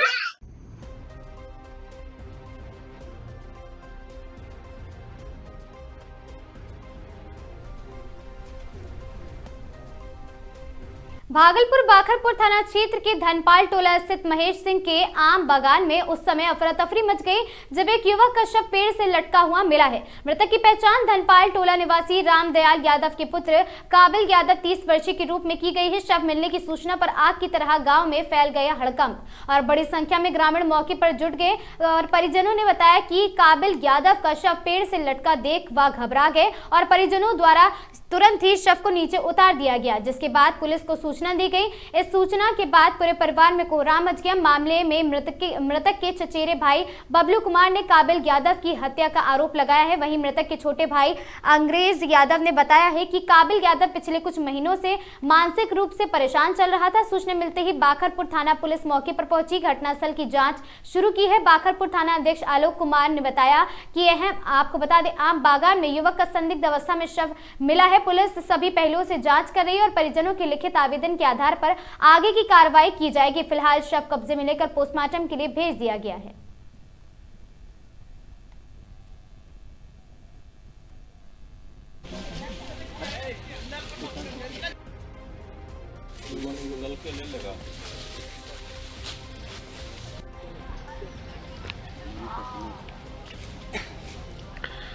नजर देखेगा, 1 घंटा हो गया, घर जाके कुछ काम धाम करता था।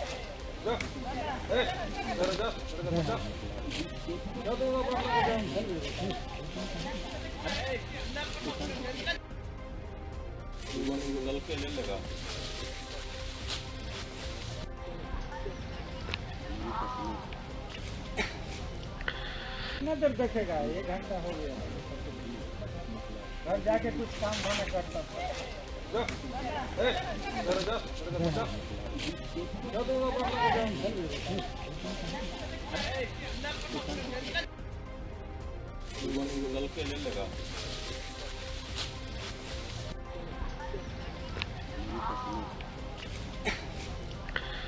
नजर देखेगा, 1 घंटा हो गया, घर जाके कुछ काम धाम करता था।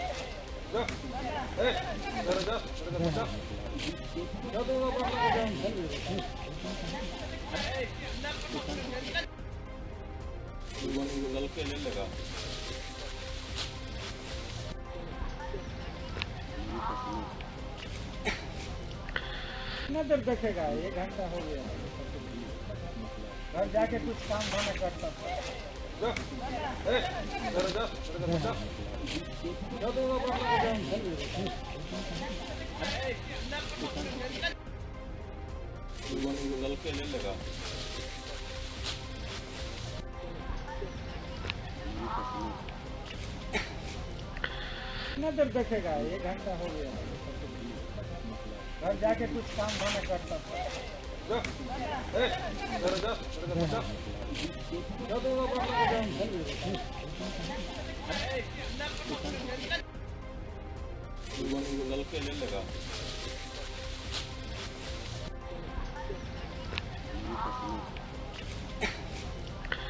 नजर देखेगा, 1 घंटा हो गया, घर जाके कुछ काम धाम करता था। नजर देखेगा, 1 घंटा हो गया, घर जाके कुछ काम धाम करता था।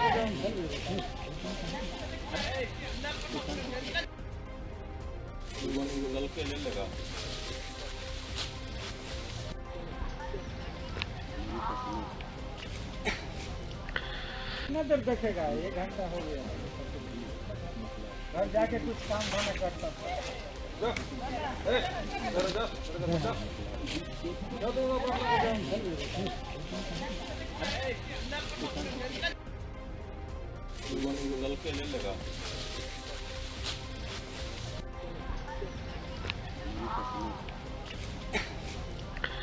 नजर देखेगा, 1 घंटा हो गया, घर जाके कुछ काम धाम करता था।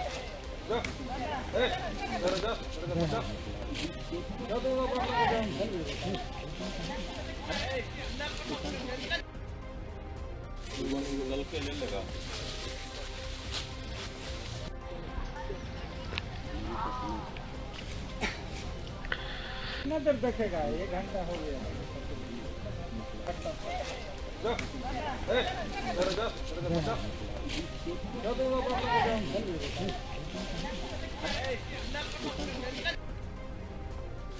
भागलपुर में मजदूरी कर घर लौट रहा युवक 11 दिन बाद भी घर नहीं पहुंचा। परिजनों का किसी अनहोनी होने की आशंका से ग्रस्त है दिमाग। आपको बता दें, परिजनों का रो रो कर बुरा हाल है। 1 साल पहले ही उसकी शादी हुई थी। बेंगलुरु से वापस लौट रहा था। युवक ने ट्रेन में बैठने के बाद साथ ही बीवी को कहा कि मैं घर आ रहा हूं, लेकिन अब तक वह घर नहीं पहुंचा है। परिजनों ने प्रशासन से बरामदगी के लिए गुहार लगाई है और कहलगांव चौधरी टोला वार्ड नंबर 12 के रहने वाले सिद्धार्थ चौधरी टोला और साथ ही उम्र 33 वर्षीय जो कि मजदूरी कर बेंगलुरु से भागलपुर आने घर लौट रहा था। साथ में मजदूरी की कमाई रुपया, मोबाइल एवं अन्य सामान भी साथ में था। आपको बता दें, 1 साल पहले उसकी शादी हुई थी। बीवी को बोला कि हम घर आ रहे हैं, लेकिन अभी तक घर नहीं लौटा है।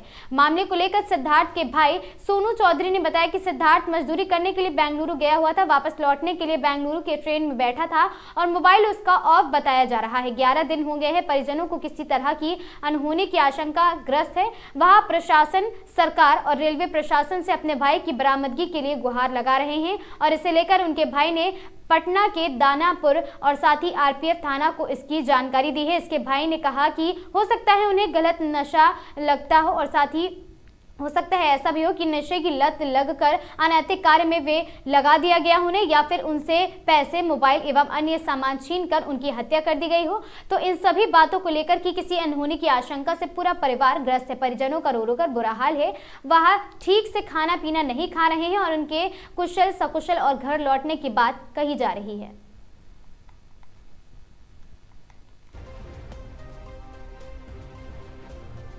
अपना सोनू कुमार चौधरी। क्या मामला है? मामला गुमशुदा का है। कहाँ से गुमशुदा है? कौन है आपका गुमशुदा जो हुआ है? कौन है? हमारे भाई है। कहाँ से गुमशुदा हुए हैं? बेंगलोर से मध्य रात्रि 30 तारीख को मध्य रात्रि 30 दिसंबर 30 दिसंबर को मध्य रात्रि बेंगलोर से चले थे जी। उनको 2 तारीख को सुबह दानापुर आना था। हाँ। तो मैं दानापुर गया। हाँ। और उनसे ना मुलाकात हो पाई। हाँ। ना उनसे भेंट हुई। हाँ। तो मैंने दानापुर में अनाउंसमेंट करवाया। हाँ। उसके बावजूद रिप्लाई नहीं आने पर मैं वहाँ आरपीएफ ऑफिस गया। आरपीएफ ऑफिस में जाने के बाद मैं गुमशुदा को लेकर बातचीत किया मैंने। तो सर जो है नाम पता लिख करके, फ़ोटो ले करके अपने व्हाट्सएप ग्रुप में छोड़े और हमारा मोबाइल नंबर लिया गया वहाँ कि कोई तरह का बात अगर विचार आएगा तो सूचना दी जाएगी। लेकिन अभी तक कोई रिप्लाई नहीं आया है। क्या करता था भाई आपका? भाई वहाँ भी काम करने के लिए गए थे। शादीशुदा है? जी हाँ। उम्र कितना होगा? उम्र 32 से 33 वर्ष। क्या मोबाइल से किसी तरह का संपर्क हो पाया? नहीं, संपर्क मोबाइल से जिस टाइम में वो ट्रेन में बैठे मध्य रात्रि 30 दिसंबर को उन्होंने भाभी फ़ोन की। तो भाभी का कहना ये है कि हमारे से गप हुई कि वो ट्रेन में बैठ चुके हैं। कब गप हुई थी? 30 तारीख को मध्य रात्रि, जिस टाइम में वो ट्रेन पे बैठे थे। ट्रेन में बैठे और वहाँ से ही गुमशुदा हो गए हैं? जी। अगले दिन 8 से 8:15 के बीच सुबह मोबाइल स्विच ऑफ आने लगा। इस बीच बात हुई थी क्या भाभी से या किसी से, घर वालों से? इस बीच उस टाइम में खाली भाभी से ही गप हुई थी, जो कि वो ट्रेन में बैठे थे। और उसके बाद किसी से कोई संपर्क नहीं है। क्या आपको अंदेशा लग रहा है? किसी अनहोनी की आशंका है? क्या लग रहा है? ये अनहोनी की आशंका बुझा रही है। कोई तरह का उनके साथ में विपत्ति आने की सूचना आदमी लोग दे रहे हैं कि ऐसा ऐसा हो सकता है। नशाखोरी का आदत लगा करके अपने ग्रुप में ज्वाइन करके उनसे गलत काम करवाने लगे। ऐसा अनहोनी का शंका लग रहा है। और उनके सामने जो बैठे थे सीट नंबर 64 पर, उनके ऊपर आशंका जा रही है क्योंकि उनसे बातचीत कर रहे थे हमारे भाई। भाई से पूछा जा रहा था कि कहाँ काम कर रहे हो, कितना कमा रहे हो, मेरे साथ चलो, इस जगह पर चलो, इतना पैसा 70-75 हज़ार रुपया महीने का कमाओगे तुम। आशंका हमको उसी के ऊपर जारी है। और क्या नाम था उस लड़का का, नाम है पता क्या? नहीं पता, नाम पता कुछ लेकिन नहीं वो है। बोल रहा था आपका भाई क्या कि बगल वाला बोल रहा है क्या कुछ हमको प्रलोभन दे रहा है, ऐसा कुछ है? जी हाँ। अच्छा अच्छा। और बताइए क्या कोई और विशेष अंदेशा है? विशेष अंदेशा और भी है कि उनसे कहीं कोई गलत काम ना करवाया जा रहा हो, कोई टॉर्चर करके या मारपीट करके अपने कब्जे में रख के कोई गलत काम कहीं होटल उटल में लगा दिए और पैसा उठा के चल गए हैं, ऐसा अंदेशा भी लग रहा है मुझे। क्या और लग रहा है आपको? और लग रहा है कि कहीं उनकी हत्या ना हो गई हो, ऐसी आशंका लग रही है हमें। और इस सब मैटर में ये कहना चाह रहा हूँ मैं कि जल्द से जल्द कानूनी कार्रवाई की जाए। हमारी भाभी रो रो के उनका बुरा हाल है, माताजी का भी रो रो के बुरा हाल है, और भी सब जो है फैमिली में सबका रो रो के बुरा हाल बना हुआ है। ग्रसित है कि कहीं कुछ हमारे बेटे के ऊपर विपत्ति ना हो, कोई मार डाला हो या ऐसा कुछ ना हुआ हो, ऐसे आशंका बुझा रही है। क्या नाम हुआ फिर से बताइएगा भाई का? सिद्धार्थ कुमार चौधरी। उम्र कितना था? उम्र 32 से 33 वर्ष। बेंगलोर से लापता है। बेंगलोर से लापता है। किसी अनहोनी की आशंका से ग्रसित है आप लोग? हाँ, अनहोनी की आशंका से ग्रसित है। क्या सरकार और प्रशासन से मांग करेंगे? सरकार और प्रशासन से हमारी ये मांग है कि जहाँ कहीं भी सुरक्षित उनको वापस लाने की मांग करता हूँ। आप अपना नाम बताएं फिर। सोनू कुमार चौधरी। घर? टहलगांव, वार्ड नंबर चौधरी टोला, वार्ड नंबर 12। ठीक।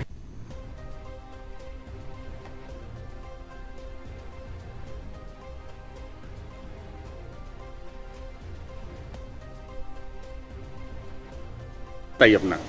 सोनू कुमार चौधरी। क्या मामला है? मामला गुमशुदा का है। कहाँ से गुमशुदा है? कौन है आपका गुमशुदा जो हुआ है? कौन है? हमारे भाई है। कहाँ से गुमशुदा हुए हैं? बेंगलोर से मध्य रात्रि 30 तारीख को मध्य रात्रि 30 दिसंबर 30 दिसंबर को मध्य रात्रि बेंगलोर से चले थे जी। उनको 2 तारीख को सुबह दानापुर आना था। हाँ। तो मैं दानापुर गया। हाँ। और उनसे ना मुलाकात हो पाई। हाँ। ना उनसे भेंट हुई। हाँ। तो मैंने दानापुर में अनाउंसमेंट करवाया। हाँ। उसके बावजूद रिप्लाई नहीं आने पर हाँ। मैं वहाँ आरपीएफ ऑफिस। बताइए अपना। सोनू कुमार चौधरी। क्या मामला है? मामला गुमशुदा का है। कहाँ से गुमशुदा है? कौन है आपका गुमशुदा जो हुआ है? कौन है? हमारे भाई है। कहाँ से गुमशुदा हुए हैं? बेंगलोर से मध्य रात्रि 30 तारीख को मध्य रात्रि।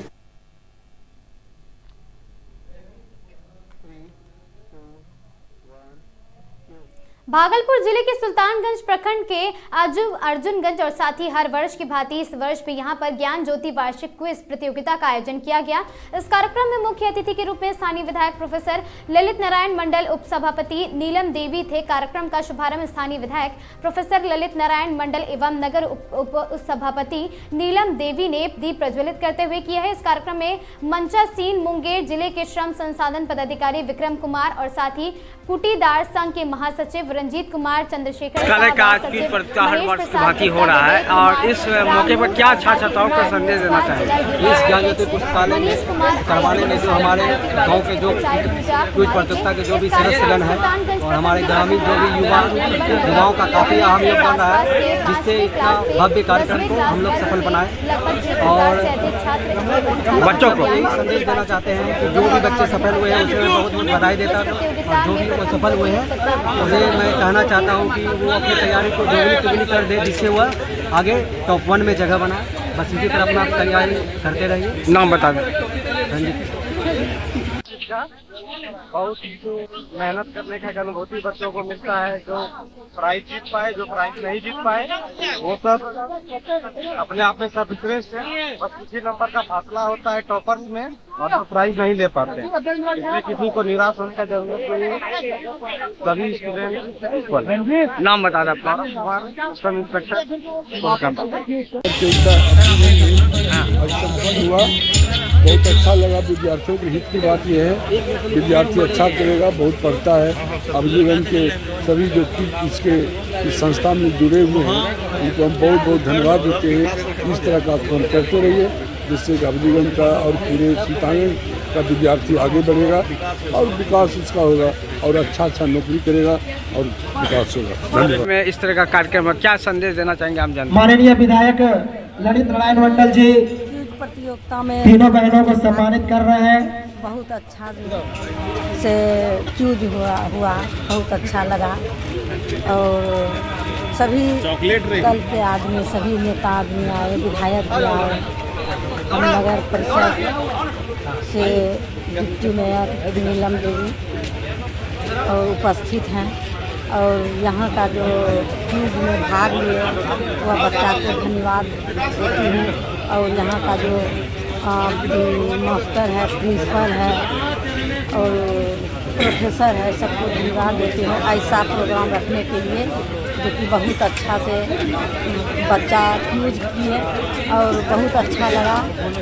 और इस तरह से आगे बढ़ते रहे और बच्चा खुशहाल रहे, बच्चा अच्छा से ज्ञान पाए, आगे बढ़े।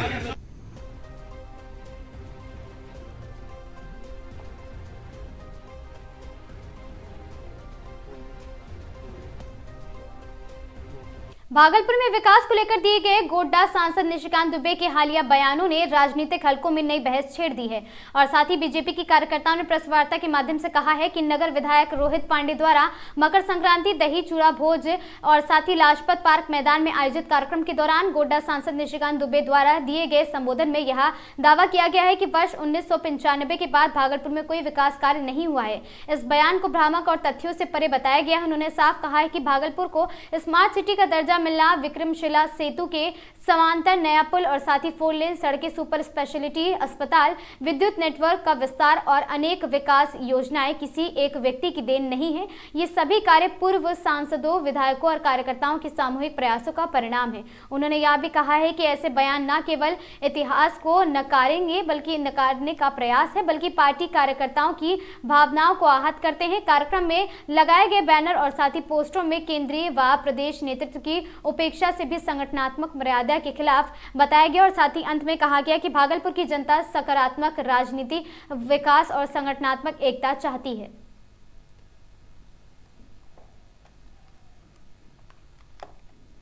मैं 4 चीजें बताना चाहता हूं कि भागलपुर का पिछले 25 साल जो विकास होना चाहिए, मैं भागलपुर जिले की बात कर रहा हूं और विशेष तौर पर रोहित जी ने बुलाया तो मैं भागलपुर शहर की बात कर रहा हूं। वो विकास नहीं हो। विकास किस लिए नहीं हो पाया? विकास इसलिए नहीं हो पाया कि लोगों को ठेकेदारी चाहिए, बटेदारी चाहिए, कमीशन चाहिए। मेरा करबद्ध प्रार्थना होगा आप सब विधायकों से, सब विधायक से, कि 5 साल के लिए ये सोच लीजिए। नहीं, यहाँ पर कोई गुट, यहाँ कोई गुट नहीं है, यहाँ कोई भी गुट नहीं है। वो भी नेता हैं हमारे, ठीक है, चौबे जी भी नेता हैं हमारे, लेकिन एक कार्यकर्ता होने के नाते यदि पार्टी है और पार्टी के वरिष्ठ नेतागण ही हम लोगों को अनुशासन सिखाने का कार्य करते हैं, तो यहाँ कोई गुटबाजी नहीं है। लेकिन बोलने के क्रम में हो सकता है कि जिस प्रकार का बयान दिया, ये इससे आम जनमानस में गुस्सा है, ये अच्छी बात नहीं है। 25 साल जनता के आशीर्वाद से चौबे जी विधायक रहे, किसी के मैंने उससे सांसद भी जोड़ा है ना।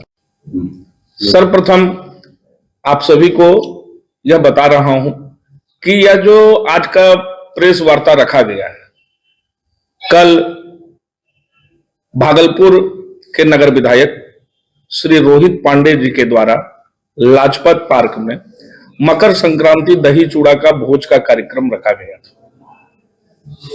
और मुख्य अतिथि के रूप में गोड्डा के सम्मानित सांसद श्री निशिकांत दुबे जी मुख्य अतिथि के रूप में उपस्थित हुए। हम सभी को अपार खुशी है कि आज जो भागलपुर 10 वर्षों से 12 वर्षों से संघर्ष कर रहा था, हम सभी कार्यकर्ताओं के मेहनत से और भाजपा के एक एक कार्यकर्ताओं के मेहनत से, लगन से श्री रोहित पांडे जी इस बार भागलपुर विधानसभा के विधायक नवनियुक्त। पार्टी का अनुशासन समिति का सिपाही होने के नाते मैं इस बयान से आहत हूं।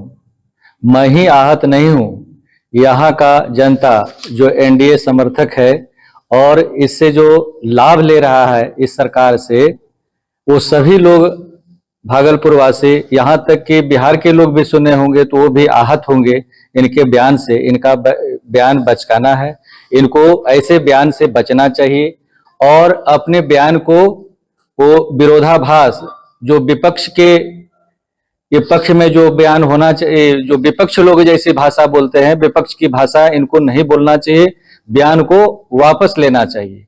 वाजपेयी जी की आत्मा आहत हुई है, स्वर्गीय प्रभात चंद्र तिवारी की आत्मा आहत हुई है, स्वर्गीय सुशील मोदी जी की आत्मा आहत हुई है।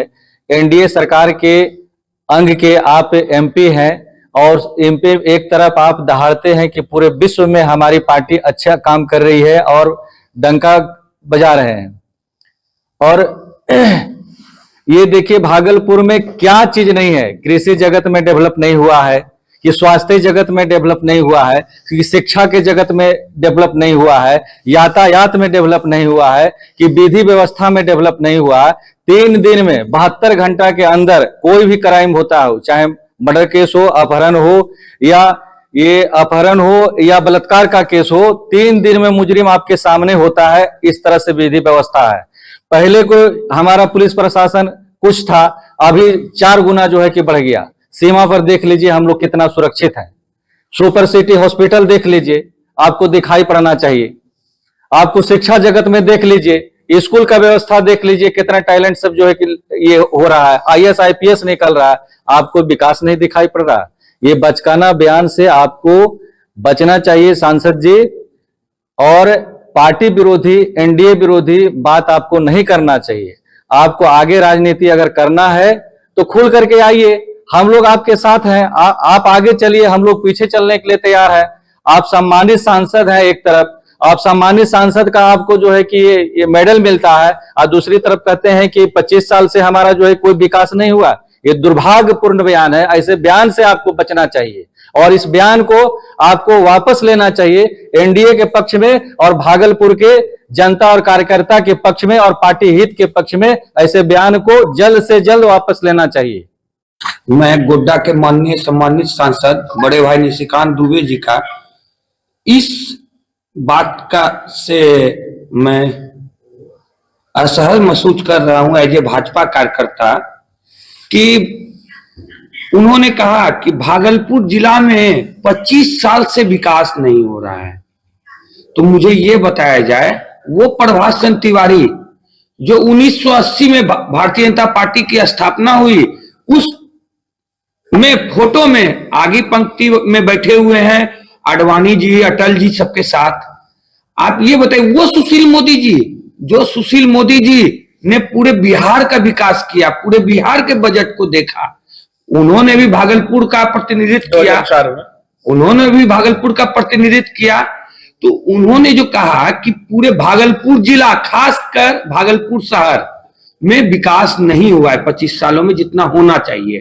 तो ये क्या सुशील मोदी जी, प्रभात चंद्र तिवारी जी, माननीय अजय मंडल जी और पिछले शहनवाज हुसैन जी और पिछले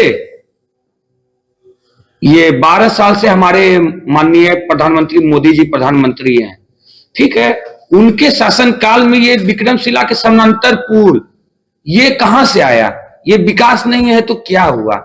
मैं गोड्डा के सम्मानित सांसद बड़े भाई निशिकांत दुबे से ये पूछना चाहता हूं कि आखिर ये विकास किसने किया? कांग्रेस ने किया। और अपने ही दल के वरिष्ठ नेता के बारे में ऐसा बोलना, इसलिए ये मुझे खेद महसूस हो रही है बोलने में भी कि अपने वरिष्ठ नेता जिन्होंने पूरे पार्टी को सींचा और यहाँ तक लाया। भागलपुर बिहार भाजपा के प्रदेश अध्यक्ष सह दरभंगा विधायक संजय सवारगी सोमवार को पहली बार सिल्क सिटी भागलपुर पहुंचे हैं। भागलपुर आगमन पर बाबू वीर कुंवर सिंह चौकी व भाजपा कार्यकर्ताओं ने फूल माला और अंग वस्त्र भेंट कर उनका जोरदार स्वागत किया। प्रदेश अध्यक्ष के स्वागत को लेकर कार्यकर्ताओं में खासा उत्साह देखने को मिला है और बाबू वीर कुंवर सिंह चौक से लेकर टाउन हॉल तक सड़क के दोनों तरफ भाजपा कार्यकर्ता मौजूद रहे। इस दौरान कार्यकर्ताओं ने बुलडोजर पर चढ़कर प्रदेश अध्यक्ष पर पुष्प वर्षा की और जो स्वागत का प्रमुख आकर्षण रहा है। इस पूरे मार्ग पर भाजपा के झंडों और नारों से माहौल पूरी तरह भाजपा में नजर आया है। कार्यक्रम में भाजपा जिला अध्यक्ष Santosh Saha, Bihar Bhajpa media panelist doctor Preeti Shekhar, Bhajpa कार्यकर्ता अजित शाश्वत चौबे और डॉक्टर मृणाल शेखर, बंटी यादव, टुनटुन साहा सहित कई वरिष्ठ नेता और बड़ी संख्या में कार्यकर्ता लोग मौजूद रहे। उन्होंने भाजपा में एक सामान्य कार्यकर्ता के रूप में अपनी राजनीतिक यात्रा की शुरुआत की थी और आज पार्टी उन्हें प्रदेश अध्यक्ष का दायित्व सौंप रही है। उन्होंने कहा कि भारतीय जनता पार्टी ही एकमात्र ऐसी पार्टी है जहां सामान्य कार्यकर्ता को भी बड़े पद तक पहुंचने का अवसर मिलता है।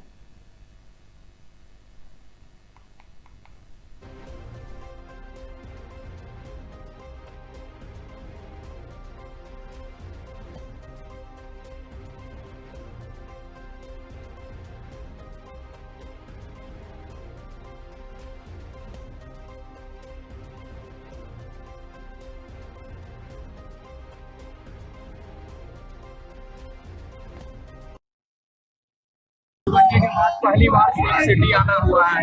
आज इस काम की धरती को प्रणाम करता हूँ और प्रदेश अध्यक्ष का दायित्व के बाद प्रथम आगमन मेरा भागलपुर हुआ है और भागलपुर की धरती को सिटी को प्रणाम करता हूँ।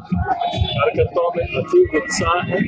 मैं भी एक सामान्य कार्यकर्ता के नाते पार्टी में कार्य प्रारंभ किया और भारतीय जनता पार्टी ही है जिसका सामान्य कार्यकर्ता देश के शीर्ष पर भी पहुंच सकता है और इसका ताजा उदाहरण हमारे युवा नेता आदरणीय नितिन नवीन जी हैं, राष्ट्रीय कार्यकारी अध्यक्ष, जिनको विश्व की सबसे बड़ी पार्टी में राष्ट्रीय कार्यकारी अध्यक्ष भारतीय जनता पार्टी ने बनाया। भारतीय जनता पार्टी के कार्यकर्ता या बूथ स्तर पर काम कर रहे हैं और या जिला स्तर पर सबका काम देखा जाता है और वो कहीं भी पहुंच सकता है अपने कार्यों के बल पर। ये भारतीय जनता पार्टी में ही संभव है। लगातार मैंने कार्यकर्ताओं का अभिनंदन यात्रा प्रारंभ की है। इसमें इतना प्रचंड बहुमत से एनडीए की सरकार बनी है तो कार्यकर्ताओं का अभिनंदन, जैसे भागलपुर में कल अभिनंदन कार्यक्रम था कार्यकर्ताओं का, आज भागलपुर में अभिनंदन कार्यक्रम है और कल कार्यकर्ताओं का पूर्णिया में अभिनंदन कार्यक्रम। इतने प्रचंड बहुमत से सरकार बनी है तो कार्यकर्ता उत्साहित है और कार्यकर्ता ही सर्वोपरि।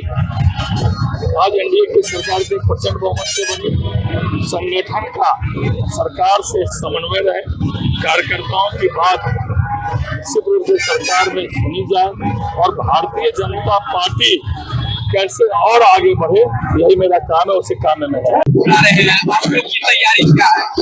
भाई संजय सरावगी जी हमारे प्रदेश अध्यक्ष जी, ये पहली बार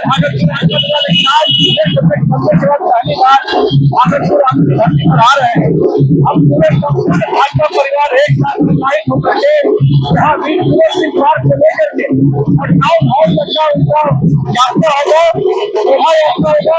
इससे सवारी के साथ साथ भारत जगह पर करीबन 25 पॉइंट बनाया गया जहाँ पर हमारे कार्यकर्ता अलग अलग मंच मोर्चा के कार्यकर्ता वहाँ पर हैं और उनका भव्य स्वागत हम लोग करेंगे।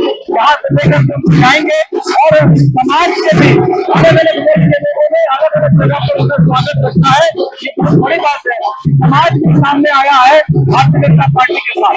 ये बहुत अच्छा अनुभव हम लोग हो रहा है। अभी कुछ दिनों में वो आने वाले हैं और आज दिन भर अपना कार्यक्रम भी है और कल जो है भगवान मंदिर में दर्शन के उपरांत फिर वो आगे पड़ेंगे। भागलपुर आ रहे हैं, आप लोग किस तरह से तैयारी में हैं स्वागत के लिए? देखिए, बिहार में जिम्मेदारी मिलने के बाद श्री संजय सरावगी जी का दानवीर कर्ण की धरती में शहर में पहला आगमन है और आप देखिए कि बहुत जबरदस्त उत्साह है कार्यकर्ताओं में। हम लोगों ने भागलपुर में दर्जनों जगहों पर अलग अलग विंग में बांट करके कार्यकर्ताओं के अलग अलग मंच मोर्चों के द्वारा विभिन्न सामाजिक राजनीतिक संगठनों के द्वारा उनका हर चौक चौराहे पर स्वागत होगा, अभिनंदन होगा, उनका पुष्प वर्षा की जाएगी। हाथी घोड़े पूरे शहर को साज सज्जा की गई है, झंडे से काटा गया है और जगह जगह महापुरुषों की प्रतिमाओं पर उनका माल्यार्पण होगा। भोलानाथ मंदिर से लेकर गौशाला में जाकर लोग पूजन कर बहुत सारे कार्यक्रम बने हैं। कार्यकर्ताओं में अपार खुशी है। एक जमीनी स्तर का कार्यकर्ता पहले ही प्रधानमंत्री जी का कार्यक्रम हुआ था तो यहाँ पर जिला के प्रभारी बन लगाए और मेरा तो सौभाग्य है 2005 से मेरा उनसे संबंध है। तो बहुत खुशी है। जमीन से जुड़े हुए कार्यकर्ता को प्रदेश अध्यक्ष की जिम्मेदारी मिली है। हर कार्यकर्ता अपने आप को सम्मानित गौरवान्वित महसूस कर रहा है। उनके नेतृत्व में भारतीय जनता पार्टी की जड़ें बिहार में गहरी होगी, मजबूत होगी और पंचायत स्तर का जो चुनाव होगा उसमें भारतीय जनता पार्टी और विचारधारा की प्रचंड करके संजय सरावगी के नेतृत्व में हम अपने आप को स्थापित करें। संजय सरावगी जी की भूमि मां जानकी की भूमि से चलकर भागलपुर क्षेत्र में उनका आगमन हो रहा है। सभी भाजपा परिवार के कार्यकर्ता आई है अपने नेता का सम्मान स्वागत करने के लिए पूरा भागलपुर तैयार है। अलग अलग समाज अलग अलग संगठन अपने नेता सत्याग्रह का स्वागत अभिनंदन करने जा रहे हैं।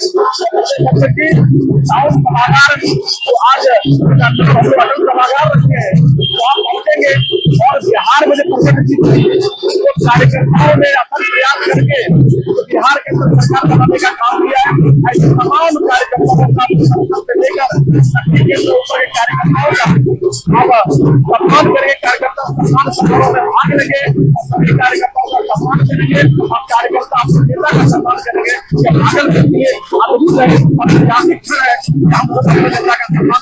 भागलपुर बबरगंज थाना क्षेत्र के वारसलीगंज मोहल्ले में चोरी और साथ ही जान से मारने की धमकी की गंभीर घटनाओं के बावजूद पुलिस द्वारा कार्रवाई नहीं किए जाने का आरोप लगाते हुए पीड़ित निरंजन प्रसाद साह ने वरीय पुलिस अधीक्षक भागलपुर से न्याय की गुहार लगाई है और पीड़ित निरंजन प्रसाद साह पिता स्वर्गीय महेश साह निवासी वारसलीगंज थाना बबरगंज ने बताया है कि दिनांक 5 जनवरी 2026 को वह अपने परिवार के साथ अपने भाई स्वर्गीय कैलाश प्रसाद साह के श्राद्ध कार्यक्रम में शामिल होने मंदी चक गए हुए थे। अगले दिन 6 जनवरी की शाम जब वे घर लौटे तो घर का ताला टूटा हुआ मिला है और घर से नगद रुपए, जेवरात एवं अन्य कीमती सामान चोरी हो चुका था। पीड़ित ने 7 जनवरी 2026 को बबरगंज थाने में लिखित आवेदन देकर अज्ञात चोरों के विरुद्ध कार्रवाई की मांग की है। पुलिस द्वारा 2 बार मौके पर पहुंचकर पूछताछ का वीडियो बनाने के बाद अब तक ना तो किसी की गिरफ्तारी हुई है और ना ही चोरी किए गए सामान की बरामदगी अभी तक हो पाई है। और साथ ही आपको बता दें कि पिस्टल दिखाकर उनकी दोनों की पुत्रियों के साथ दुष्कर्म करने और स्कूल कॉलेज जाते समय हत्या करने की धमकी दी गई है। घटना के दौरान भद्दी गालियां भी दी गई हैं। बावजूद इसके थाना अध्यक्ष द्वारा अब तक इस मामले में दर्ज नहीं की गई शिकायत। और साथ ही पीड़ित ने एसएसपी से मांग की है कि बाबरगंज थाना की भूमिका की जांच कर दोषी पुलिस पदाधिकारी पर कार्रवाई की जाए, चोरी की घटना का खुलासा हो और धमकी देने वाले आरोपी पर प्राथमिकी दर्ज कर गिरफ्तारी की जाए तथा परिवार की सुरक्षा सुनिश्चित की जाए।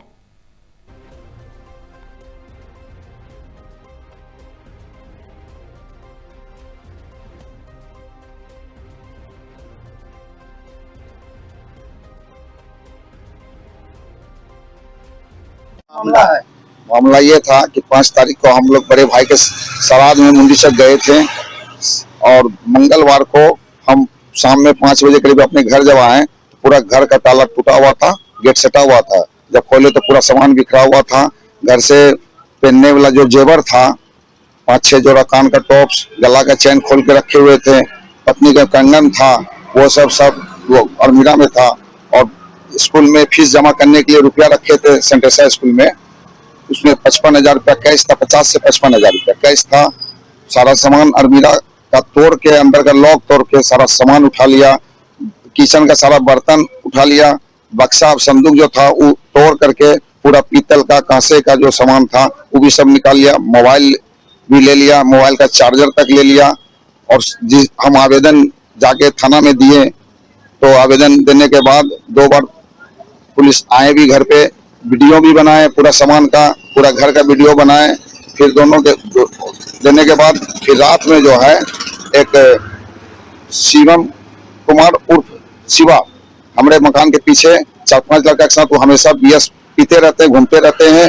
और वो अचानक आके हमको बोलता है कि तुम पुलिस को बुलाए हो, दिखा रहे हो, सुना रहे हो, तुमको जान से मरवा देंगे, धमकी दिया पिस्टल दिखाते हुए। और साथ साथ ये भी बोला कि आपका बच्चा बेटी दोनों पढ़ने स्कूल कॉलेज जो जाता है, रास्ता चलते उठा लेंगे, किडनैप कर लेंगे, कोई नहीं बचा सकेगा। जो आपके ये चोरी का जो आवेदन दिए उसमें किसी को आरोपी भी बनाया? हम आरोपी तो नहीं बनाए, हम लोग अज्ञात के द्वारा दिए, क्योंकि हम तो देखे नहीं थे। लेकिन वो लड़का जो है रात में आके 11 से 11:30 बजे आके हमको अचानक धमकी देने लगा कि तुम पुलिस को घुमाते हो, ये करते हो, तुमको देख लेंगे, गोली मार देंगे, मारने की भी धमकी दिया है। और सूचना आपने पुलिस को दी है? हाँ, इसकी सूचना हमने फिर थाना में जाके एक आवेदन दिया लिख करके उनका नाम से कि सर हमको 11 साढ़े 11 बजे इस तरह धमकी दिया है और बोला है कि तुम्हारा दोनों बेटी को हम उठा लेंगे, स्कूल कॉलेज जाते उठा लेंगे, जाकर किडनैपिंग का भी दिया है। आपको डर भी लग रहा है? डर लगा हुआ, ऐसा वो लोग बीएस पीने वाला किसी समय कुछ भी कर सकता है। पुलिस क्या बोली? पुलिस इतने बोला, आवेदन ले लिया, बोला क्या कि ठीक है आप जाइए, हम देख लेंगे। अभी आप कहाँ आए? अभी हम आए थे एसपी ऑफिस ये यहाँ देने के लिए, तो यहाँ बंद है। क्या नाम है आपका? हमारा नाम निरंजन प्रसाद शाह। घर कहाँ हुआ? वारसलीगंज। कितनी तारीख की घटना बताइए? ये 5 तारीख को रात में हम लोग गए थे सामने मुंडी चक। ये घटना रात में जब 6 तारीख को हम आए तो देखिए पूरा मकान का ताला टूटा। थाना ने अभी तक कोई कार्रवाई? थाना वाला आए, खाली देख सुन के 2 बार आए, वीडियो बना के चले गए।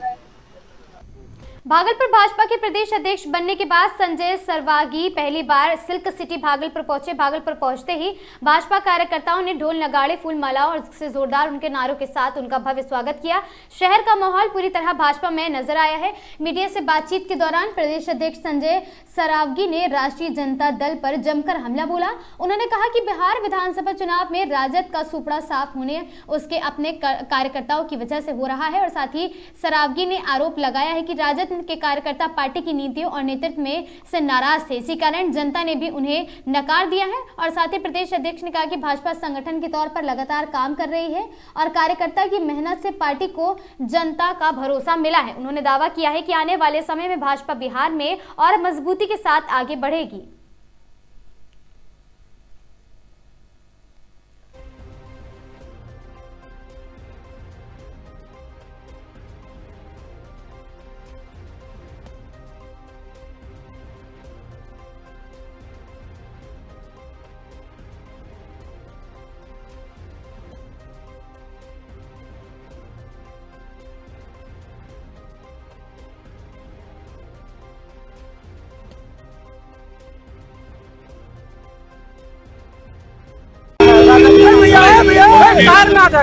उन लोगों का चरित्र ही ऐसा है, उन लोगों का चरित्र ही ऐसा है, तभी तो बिहार में सुपड़ा साफ कर दिया विपक्ष का, राजद का, कांग्रेस। इन खबरों में आज के लिए बस इतना ही। ऐसी खबरों से लगातार जुड़े रहने के लिए बने रहें हमारे साथ और देखते रहें आगाज टाइम्स।